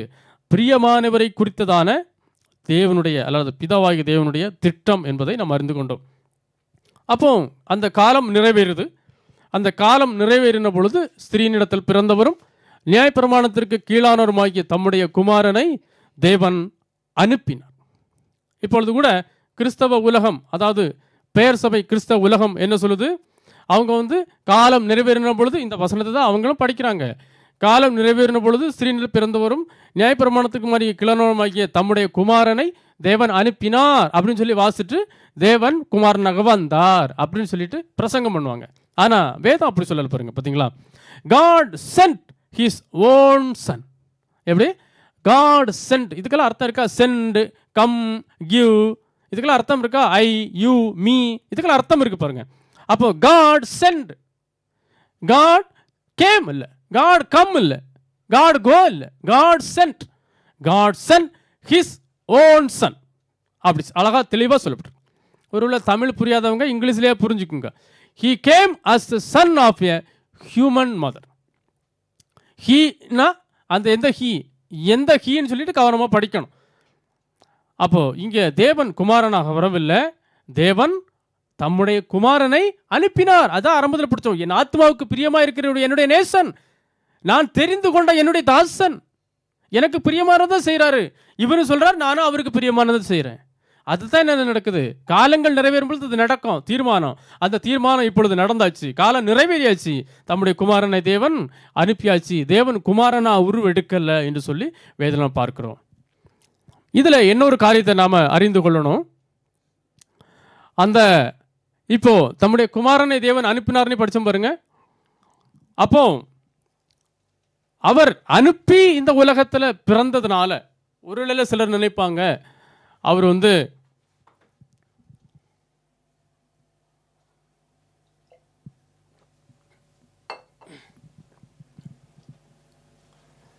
ஏதோ இந்த உலகத்தில் குமாரனா குழந்தையா பிறந்ததுனால குமாரன் நீ சொல்கிறாங்க அப்படின்னு கூட நினைக்கலாம்.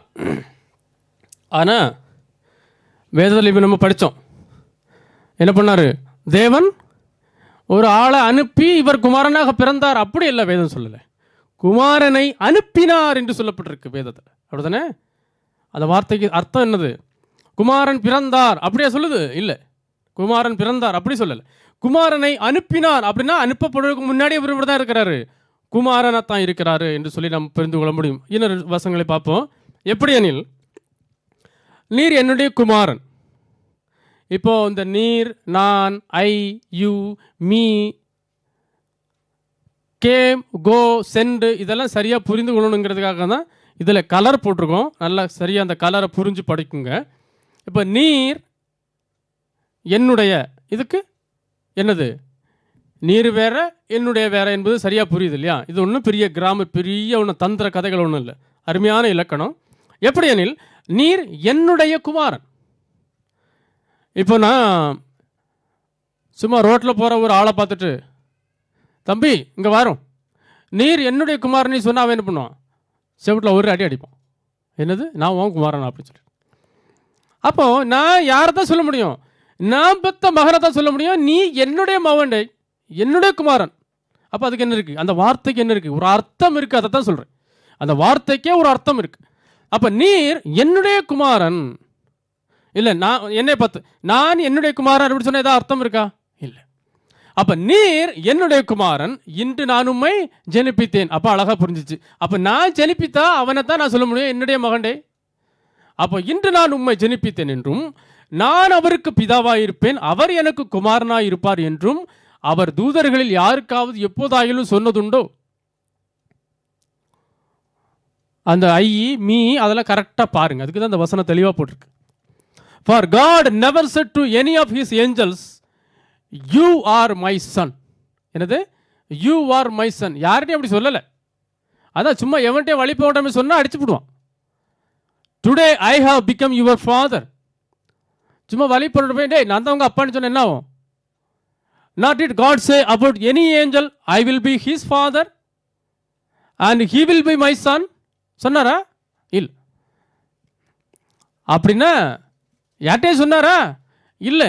ஆனால் இவர்கிட்ட சொன்னார். என்னது, நீர் என்னுடைய குமாரன், இன்று நான் உம்மை ஜனிப்பித்தேன்.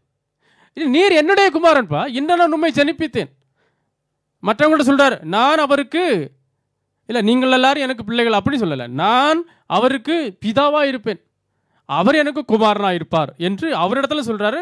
மற்றவங்கள்ட்ட யாருக்கும் அவர் சொல்லலை என்று சொல்லி தெளிவாப்பார். அப்போ இப்போ உலகத்தில் பிரவேசிப்பதற்கு முன்னாகவே எப்படி தான் இருக்கிறாரு? குமாரனா இருக்கிறார் என்று சொல்லி நாம் அறிந்து கொள்ள முடியும். மேலும் தமது முதற்பேரானவரை உலகத்தில் பிரவேசிக்க செய்த போது, அதாவது மேலும் ஒருவர் உலகத்தில் பிறந்த பொழுது முதற்பேரானவராக மாறலை. அந்த வசனத்தை நல்லா கவனிக்கணும். தமது முதற்பேரானவரை இப்போ எங்க உலகத்தில் பிரவேசிக்க முன்னாடியே அவர் என்னதான்? முதற்பேரானவர் தான். அப்போ முதற்பேரானவர் தான் இப்போ பிரவேசிக்க பண்றார் உலகத்தில். போங்க போயிட்டு வாங்க. இவர் வந்து குழந்தையா பிறந்த பிறகு முதற் பேர் கிடையாது. அப்போ இதுதான் நம்ம சரியாக புரிந்து கொள்ளணும். நிறைய காரியங்கள் இதில் உண்டு, இருந்தாலும் நான் ஷார்ட்டாக அந்த காரியங்கள் சொல்கிறேன். கர்த்தருக்கு சித்தமானால் இந்த முதற்பேரானவரை என்கிறதான காரியத்தை நம்ம தனிப்பட்ட ஒரு பாடமாகவே நாம் படிக்கலாம். அப்போ தெளிவாக ஓரளவுக்கு நல்லா தெளிவாக புரியும். ஆனாலும் இப்போ நம்ம காரியங்களை அறிந்து கொள்ளலாம். தமது முதற்பேரானவரை, அதாவது முதற்பேர்னா என்ன அர்த்தம்? அது ஆங்கிலத்தில், தமிழில் புரியலைன்னா ஆங்கிலத்தில் படிங்க. But when God was about to send his first born son, முதற் பேர்னா என்னது? முதல்ல பிறந்த மகன், முதல் பிறப்பு மகன், மூத்த மகன்.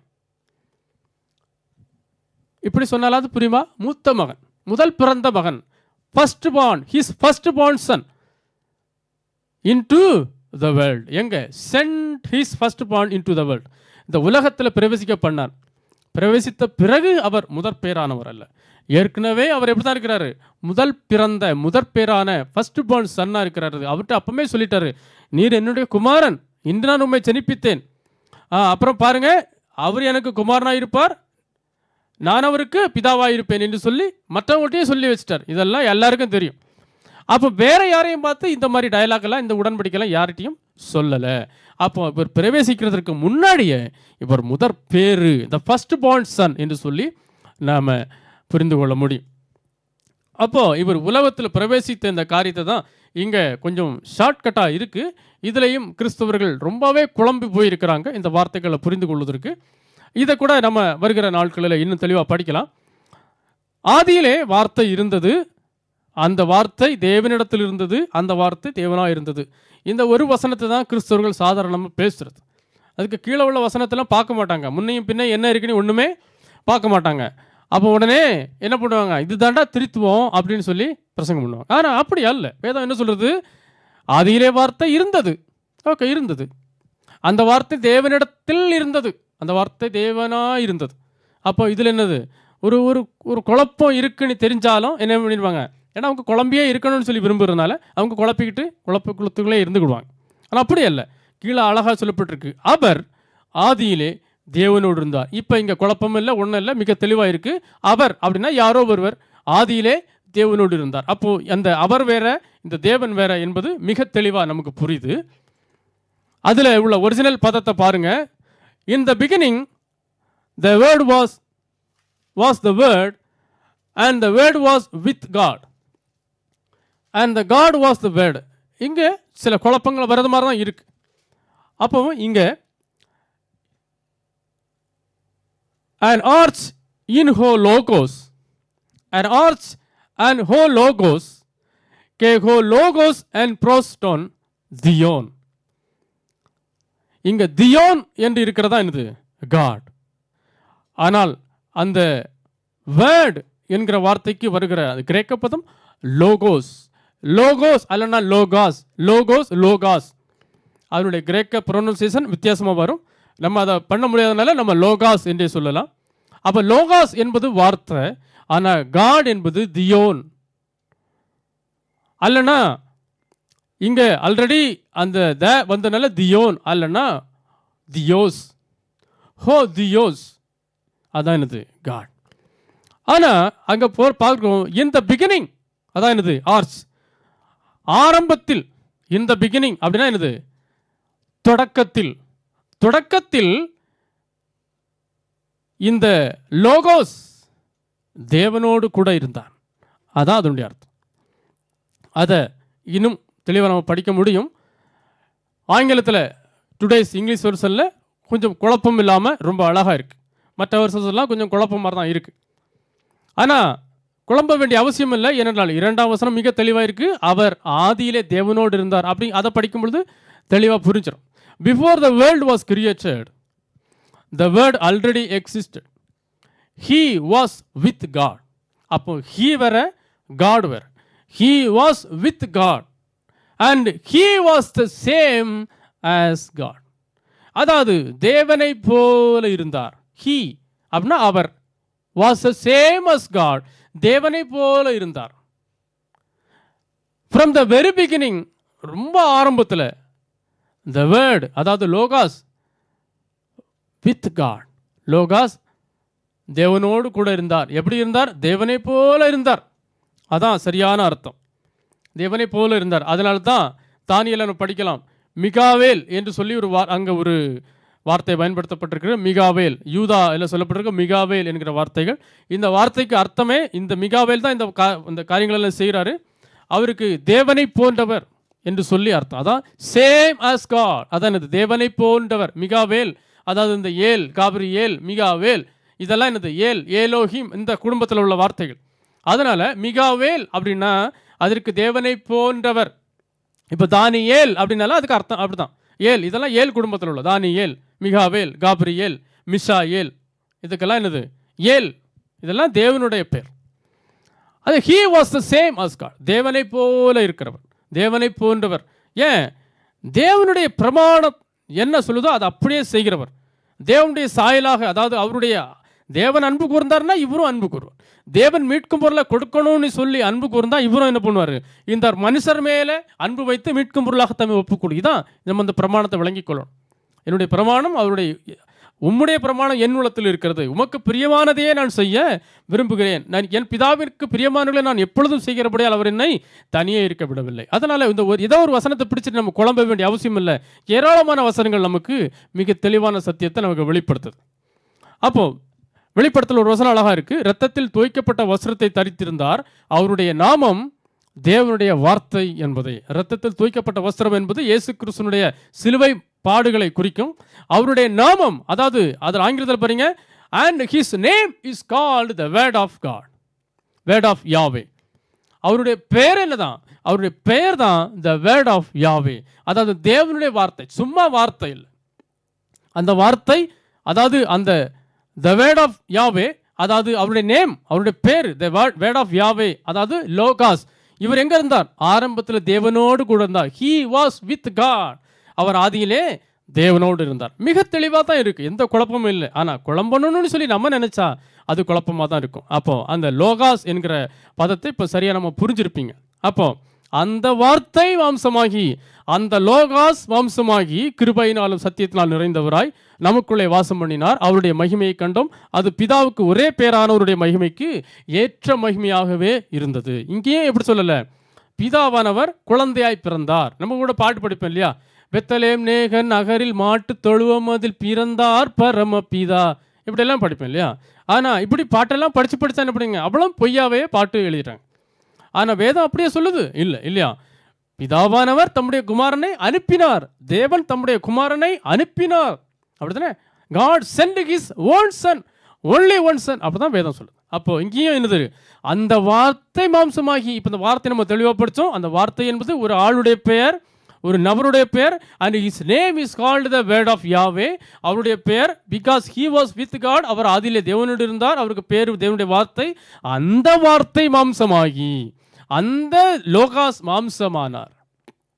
தேவன் என்ன பண்ணல, மாம்சமாகல. நான் கிறிஸ்தவ உலகம் என்ன சொல்லுது, தேவன் மாம்சமானார், தேவன் மனிதனானார், இப்படி சொல்லி கதை, இப்படி சொல்லி வெறும் பொய்யா சொல்லிட்டு இருக்கிறாங்க. ஏன்னா மெய்யான தேவன் எப்படி சொல்றாரு, அந்த வார்த்தை மாம்சமாகி அந்த லோகாஸ் மாம்சமானார் என்று சொல்லி மெய்யான தேவன் சொல்ல, பொய்யான தேவன் என்ன சொல்றான், அந்த தேவன் மாம்சமானார் அப்படின்னு சொல்லி சொல்றான். அடுத்த மெய்யான தேவன் என்ன சொல்றாரு, தேவன் தம்முடைய குமாரனை அனுப்பினார், இவர் என்னுடைய குமாரன், நான் அவரை ஜனிப்பித்தேன். மெய்யான தேவன் சொல்ல, பொய்யான தேவன் என்ன சொல்றாரு, தேவன் குமாரனா வந்தார், தேவன் குமாரனா உருவெடுத்தார், தேவன் குழந்தையாய் பிறந்தார். இப்படி பொய்யான தேவன் இவன் பொய்களை பேசிட்டு இருக்கிறான். அப்போ எது பொய் எது மெய் என்பதை நாம வேத சத்தியங்களிலிருந்து நாம புரிந்து கொள்ளணும். ஆகையால் அவர் உலகத்தில் பிரவேசிக்கும் பொழுது because he was with God, God is not in the world, God is in heaven. Okay, அப்போ ஆகையால் அவர் உலகத்தில் பிரவேசிக்கும் பொழுது, அந்த லோகாஸ் இப்போ உலகத்தில் வரணும் இல்லையா, அவர் உலகத்தில் பிரவேசிக்கும் பொழுது பலியையும் காணிக்கையும் நீர் விரும்பவில்லை, ஒரு சரீரத்தை எனக்கு ஆயத்தம் பண்ணினீர். என்னது அப்படின்னா இவருக்கு என்னது இல்லை, இப்போ சரீரம் இல்லை.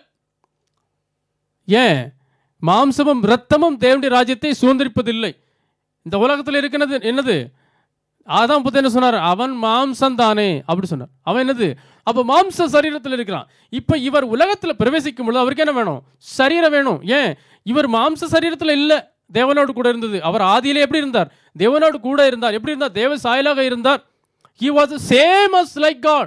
தேவனை போல இருக்கிறவர் மாம்சத்தில் இருக்கிறாரு இல்லை, அவருக்கென்று ஒரு சரீரம், ஆவிக்குரிய சரீரம். அதான் என்னது, heavenly beings. இதுல மற்ற heavenly beings தான் தவறி போனாங்க, ஆரம்பத்தில் படித்தோம். இப்போ இவர் heavenly beings இருக்கிறார், இவருக்கு மாம்ச சரீரம் இல்லை. இப்போ இவருக்கு உலகத்தில் பிரவேசிக்கணும். ஆனால் உலகத்தில் பிரவேசிக்கிறதுக்கு முன்னாடி அவர் எப்படிதான், இவருடைய முதற் பேரு, ஒரே பேரு, ஒரே குமாரன். இப்போ உலகத்தில் பிரவேசிக்கணும்னா என்ன இல்லை, சரீரம் இல்லை. ஆனால் இப்பொழுது ஒரு சரீரத்தை எனக்கு ஆயத்தம் பண்ணினீர். இப்போ சரீரத்தை தான் என்ன வேணும், ஒரு ஆயத்தம் பண்ணுகிற வேலை இங்கே நடக்குது.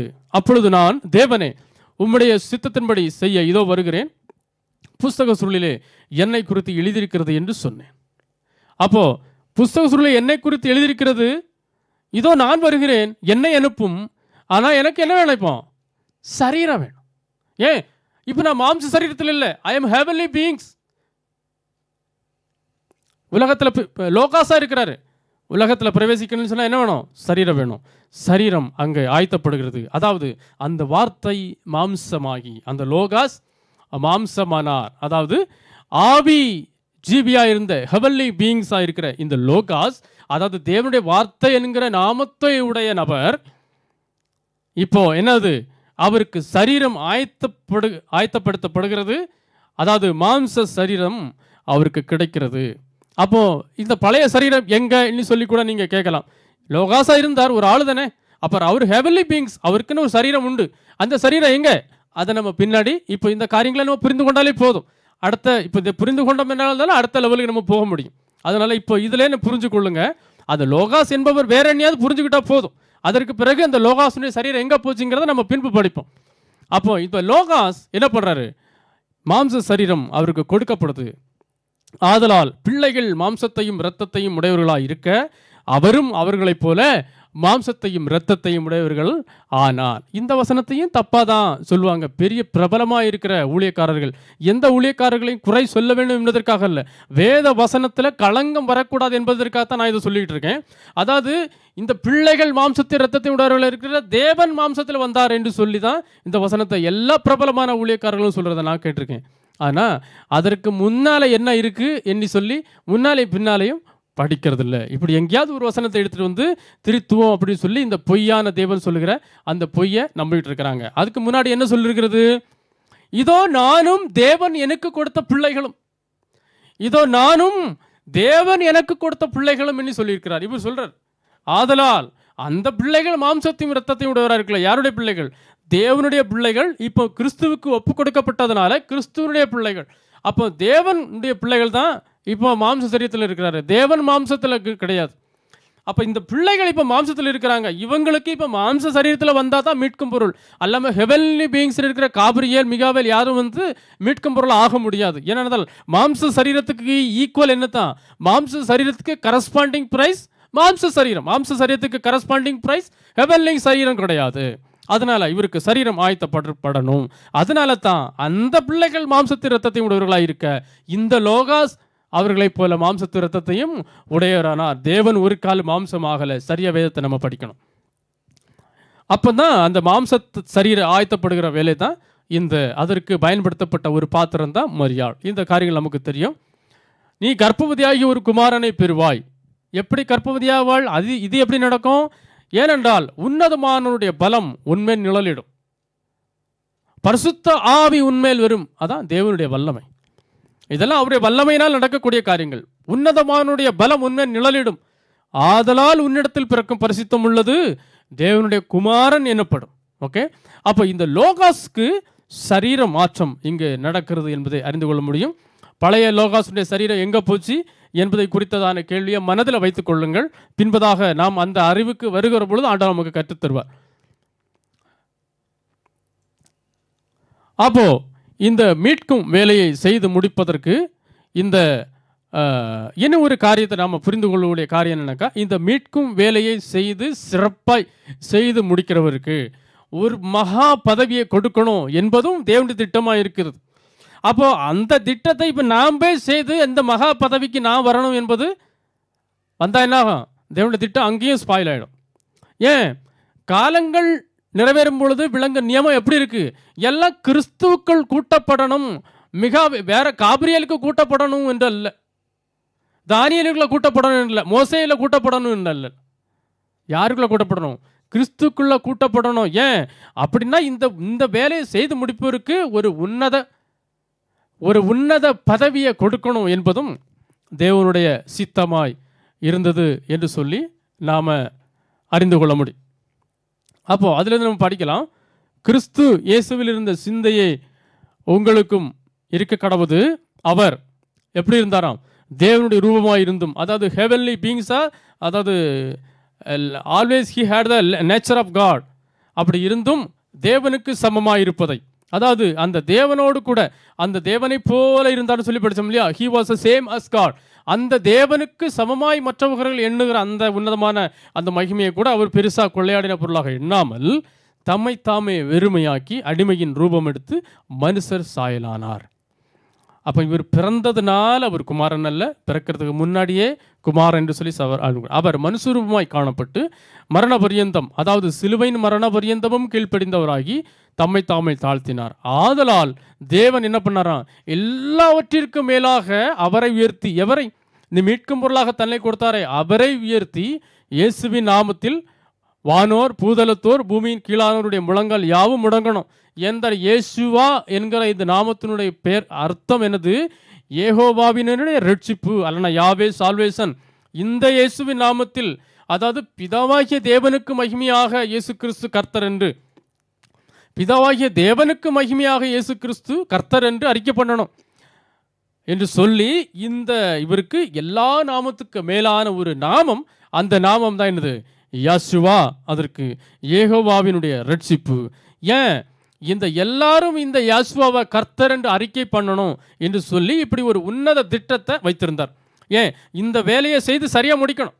இப்போ இந்த யாசுவாவும் கெத்செமனே தோட்டத்தில், பிதாவே ரொம்ப கடினமாக இருக்குது, இந்த பாத்திரம் என்னால் செய்யவே முடியாது, அதனால் கண்டிப்பாக எடுத்து போடும் அப்படின்னு சொன்ன இந்த மீட்கும் பொருள் திட்டமும் நிறைவேறாது.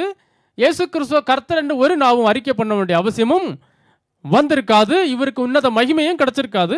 இவர் அப்படியே மரித்து போயிருப்பார். ஆனால் இங்கே அப்படி அல்ல. இந்த உன்னத தெய்வீக திட்டத்தை நிறைவேற்றி முடிக்கிறவருக்கு இப்படி ஒரு மேலான ஒரு பதவி, பெரிய பதவி, அதாவது தேவனுக்குடைய வலது பாரிசம். இப்போ வலது பாரிசம் என்று என்ன சொன்னால் கூட கிறிஸ்தவ உலகத்துக்கு தெரியாது. ஏனென்றால் இவர் பரலோகத்திற்கு எடுத்துக்கொள்ளப்பட்டு தேவனுடைய வலது பாரிசத்தில் உட்கார்ந்தார். அதுதான் அவருடைய மகிமை. அதாவது இவருடைய தயவு மிகுந்த ஒரு ஸ்தானம்னா இந்த வலது பாரிசம். இந்த ஸ்தானத்துக்கு இப்போ இவர் போயிருக்கிறாரு. அந்த நாமமும் எல்லா நாமத்துக்கும் மேலான நாமமாக இருக்குது. ஏனென்றால் எல்லா நாமத்துக்கும் மேலான நாமம் என்று சொல்லும் பொழுது யெகோவா என்கிற நாமத்துக்கு மேலே கிடையாது, அதுக்கு கீழே தான் இருக்குது. ஆனால் அதுக்கு கீழே வேற எந்த நாமமும் கிடையாது. அதுக்கு கீழே உள்ள எல்லா நாமத்துக்கும் மேலான ஒரு நாமமாக இருக்கிறது யெகோவாவினுடைய ரட்சிப்பு, யாசுவா என்கிற நாமம்.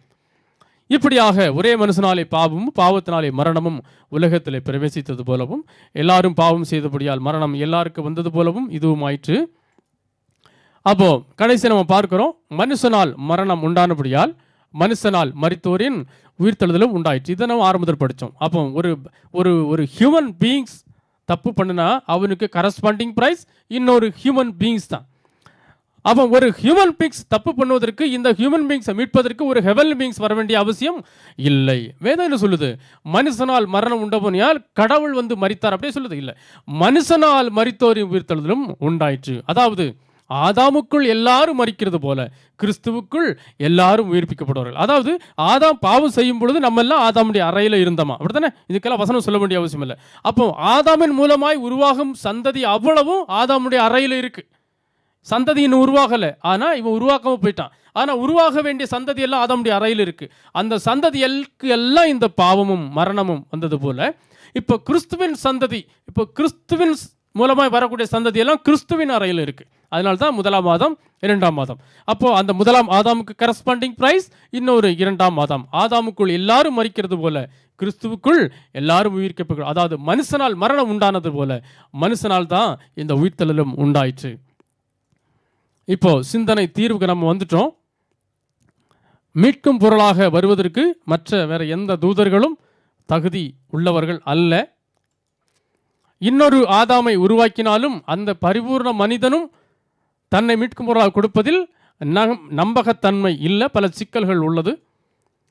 அப்போ மீட்கும் பொருளாக தேவனுடைய திட்டத்தை நிறைவேற்ற மிகவும் சரியான ஒரே நபர் யார்தான்? இயேசு கிறிஸ்து ஒருவரே. ஏனென்றால் அவர் மட்டும்தான் தெரிந்து கொள்ளப்பட்ட தாசன், ஆத்மாவுக்கு பிரியமாயிருக்கிற ஒரே நேசன், ஒரே குமாரன், முதற் பேரான குமாரன், பிதாவுக்கு பிரியமானவர்கள் எப்பொழுதும் செய்கிற ஒரே நபர் இந்த இயேசு கிறிஸ்து. அதனால இவரிடத்துல நம்பி இந்த காரியத்தை கொடுத்தால் நிச்சயமாய் நிறைவேற்றுவார் என்கிற நம்பிக்கை தேவனுக்குள் உண்டாகி இருக்கிறது என்பதை நாம் அறிந்து கொள்ள முடியும். இப்போ நம்மிடத்துல இப்போ மீட்கும் பொருளை குறித்ததான ஒரு தெளிவான ஒரு சத்தியத்தை நம்ம படித்தோம். ஒரு மத சார்புடைய, சபை சார்புடைய சத்தியம் அல்ல நம்ம படித்தது, அதெல்லாம் குழப்பங்களே. நம்ம வேதத்தில் தேவன் கொடுத்துருக்க சத்தியங்களை படித்தோம். இப்போ இந்த மீட்கும் பொருளை நம்ம கண்டுபிடித்தோமா? மீட்கும் பொருளை பற்றிய நமக்கு அறிவு உண்டா? சும்மா நம்ம கேட்டுட்டு போகிறதுல என்ன அர்த்தம் இருக்குது? அவன் மீட்கும் பொருளை பற்றியதான அறிவு நமக்கு உண்டா? இல்லைனா மீட்கும் பொருளை பற்றிய இந்த அறிவும் விசுவாசமும் மிகவும் சத்தியத்தின்படி சரியாக இருக்கா? சபை பாகுபாடுகளில் உள்ள அந்த சபை கொள்கைக்கு உட்பட்டு இருக்கா, இல்லை வேதத்தின் சத்தியங்களுக்கு உட்பட்டு இருக்கா என்பதை நாம் அறிந்து கொள்ளணும். ஏனென்றால் கள்ள தீர்க்கதரிசிகளும் ஜனங்களுக்குள்ளே இருந்தார்கள், அப்படியே உங்களுக்குள்ளும் கள்ள போதகர்கள் இருப்பார்கள். அவர்கள் கேட்டுக்கேதுவான வேத புரட்டுகளை தந்திரமாய் நுழைய பண்ணி, எப்படி சாத்தான் நீங்கள் நீ சாகவே சாவா என்று சொன்ன அந்த கட்டளைக்குள்ளால நீங்கள் சாகவே சாவதில்லை என்கிற அந்த இன்னொரு பொய்யான கட்டளை தந்திரமாக நுழைய பண்ணானோ, அதே போல இனிவரும் உலகத்தை குறித்து கொடுத்ததான நித்திய ஜீவனுக்கு உண்டான சத்தியத்துக்குள்ளால இந்த உலகத்துக்குரிய ஆசீர்வாதத்தை பொய்யா நுழைத்து இனிவரும் உலகத்தை குறித்து மறந்து போனோம். பார்த்தீங்களா கிறிஸ்தவர்களாகிய நாம? அப்படி தந்திரமாய் நுழைய பண்ணி தங்களை இந்த கரஸ்பாண்டிங் பிரைஸ், இந்த அதாவது காஸ்ட்லி பிரைஸ் கொடுத்து கொண்டன கொள்முதல் செய்த பர்ச்சேஸ் பண்ணின அந்த ஆண்டவரை மறுதலித்து தங்களுக்கு இந்த நித்திய ஜீவனை இழந்து கெட்டு போவார்கள். சரியான இந்த மீட்கும் பொருளை அறிவில் விசுவாசம் நம்ம இல்லைன்னா நம்மள நினைக்கலாம், நாங்கள் கிறிஸ்துவ குடும்பம், கிறிஸ்துவ பரம்பரை, ஊழியக்கார குடும்பம், ஊழியக்கார பரம்பரை. நோ, இது ஒன்றும் இங்கே செல்லுபடி ஆகாது. மீட்கும் பொருளை குறித்ததான விசுவாசமும் அறிவும் விலையேற பெற்றது. அதை குறித்து நம்ம இப்போ படிப்புக்கு நேரம் இல்லை. இப்போது அது பயங்கரமான விலையேற பெற்ற விசுவாசம் என்று சொல்லி வேதம் நமக்கு சொல்கிறது. அப்படி விலையேறப்பட்ட விசுவாசம் இருக்கிறதுனால தான் இப்படிப்பட்ட விலையேறப்பட்ட மீட்கும் பொருளை கொடுத்தாரு, விலையேறப்பட்ட சத்தியத்தை நமக்கு தந்திருக்கிறாரு. இல்லைன்னா அப்படிப்பட்ட காரியங்கள் ஒன்றும் நடக்க வேண்டிய அவசியம் இல்லை. அதனால் நாம் சரியாக நம்ம சத்தியத்தை அறிந்து கொள்வோம். எந்தவித பொய்யான கொள்கைகளையும், பொய்யான தேவன் உருவாக்கி வைத்திருக்கிற கொள்கைகளை நம்பி நாம் நித்திய ஜீவனை இழந்து போகாதபடிக்கு இந்த உலக ஆசைகளையும் இச்சைகளையும் ஆசீர்வாதங்களையும் சொல்லி நம்மளை வேத சத்தியங்களிலிருந்து பிரித்து குருட்டாட்டம் பண்ணி வைத்திருக்கிற இந்த பொய்யா இல்லை நம்ம மாட்டி சாத்தானுடைய தந்திரத்தில் நம்ம விழுந்து நித்திய ஜீவனை இழந்து போகாதபடிக்கு சத்தியத்தை சரியாக புரிந்து கொள்வோம். மீட்கும் பொருளை தேவன் ஆயத்தப்படுத்தினார். மீட்கும் பொருளாக இயேசு கிறிஸ்து தன்னை ஒப்பு கொடுத்தார். இயேசு கிறிஸ்து தன்னை முழுவதுமாக தம்முடைய ஜீவனை ஒப்பு கொடுத்தார். It is a costly price. அந்த காஸ்ட்லி பிரைஸ் தேவன் வாங்கி கொண்டார். இருவருக்குள்ளும் நடந்த பண்ட மாற்று முறை, அதாவது பரிவர்த்தனை, அதாவது கமர்ஷியல் டிரான்சாக்ஷன். அதனால் இந்த இரண்டு பேரையும் அறிந்து விசுவாசிப்பதே நித்திய ஜீவன் என்று இயேசு கிறிஸ்து நமக்கு கற்பித்திருக்கிறார். அதனால தான் நானும் சத்தியத்தை சொல்லிட்டு இருக்கிறேன். அதாவது ஒன்றான மெய் தேவனாகிய உம்மையும் மீட்கும் பொருளை பெற்றுக்கொள்கிறவர், நீர் அனுப்பினவராகிய இயேசு கிறிஸ்துவையும், எல்லாரையும் ஜீவனையும் கொடுக்கும்படி தம்மை தாமும் ஒப்பு கொடுத்த மனுஷனாகிய இயேசு கிறிஸ்து அறிவதே நித்திய ஜீவன். அதாவது அந்த ஒன்றான என்பதில் தமிழ் புரியலைன்னா ஆங்கிலம் நல்லா பாருங்க. And eternal life means to know you the only true God, not two God, not three God, not trinity God. என்ன God? Only true God. And to know Jesus Christ, and to know Jesus Christ whom you have sent. அதுதான் நம்ம படித்தோம். sent you, me, I, இதெல்லாம் நம்ம படித்தோம் இல்லையா? அப்போ நல்லா தெளிவாக புரிஞ்சுக்குங்க. மறுபடியும் இந்த குழப்பத்துக்குள்ளே போக வேண்டாம்.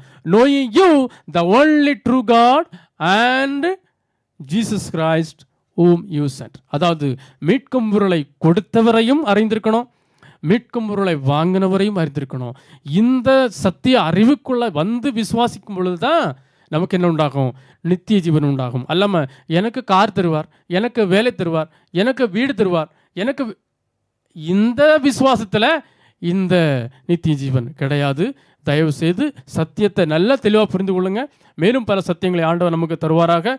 இப்படி பல சத்தியங்களை நமக்கு தந்து நித்திய ஜீவனுக்கு நம்மளை ஆயத்தப்படுத்தின நம்முடைய பிதாவாகிய தேவனாலும் பிதாவின் குமாரனாயிருக்கிற கர்த்தராகிய இயேசு கிறிஸ்துவினாலும், அதாவது மீட்கும் பொருளை ஒப்பு கொண்டவராலும் மீட்கும் பொருளாக தம்மை ஒப்பு கொடுத்த கிறிஸ்துவினாலும் கிருபையும் இரக்கமும் சமாதானத்தோடும் சத்தியத்தோடும், பொய்யோடு கூட அல்ல, சத்தியத்தோடும் அன்போடும் கூட நம் அனைவரோடும் இருப்பதாக. ஆமென்.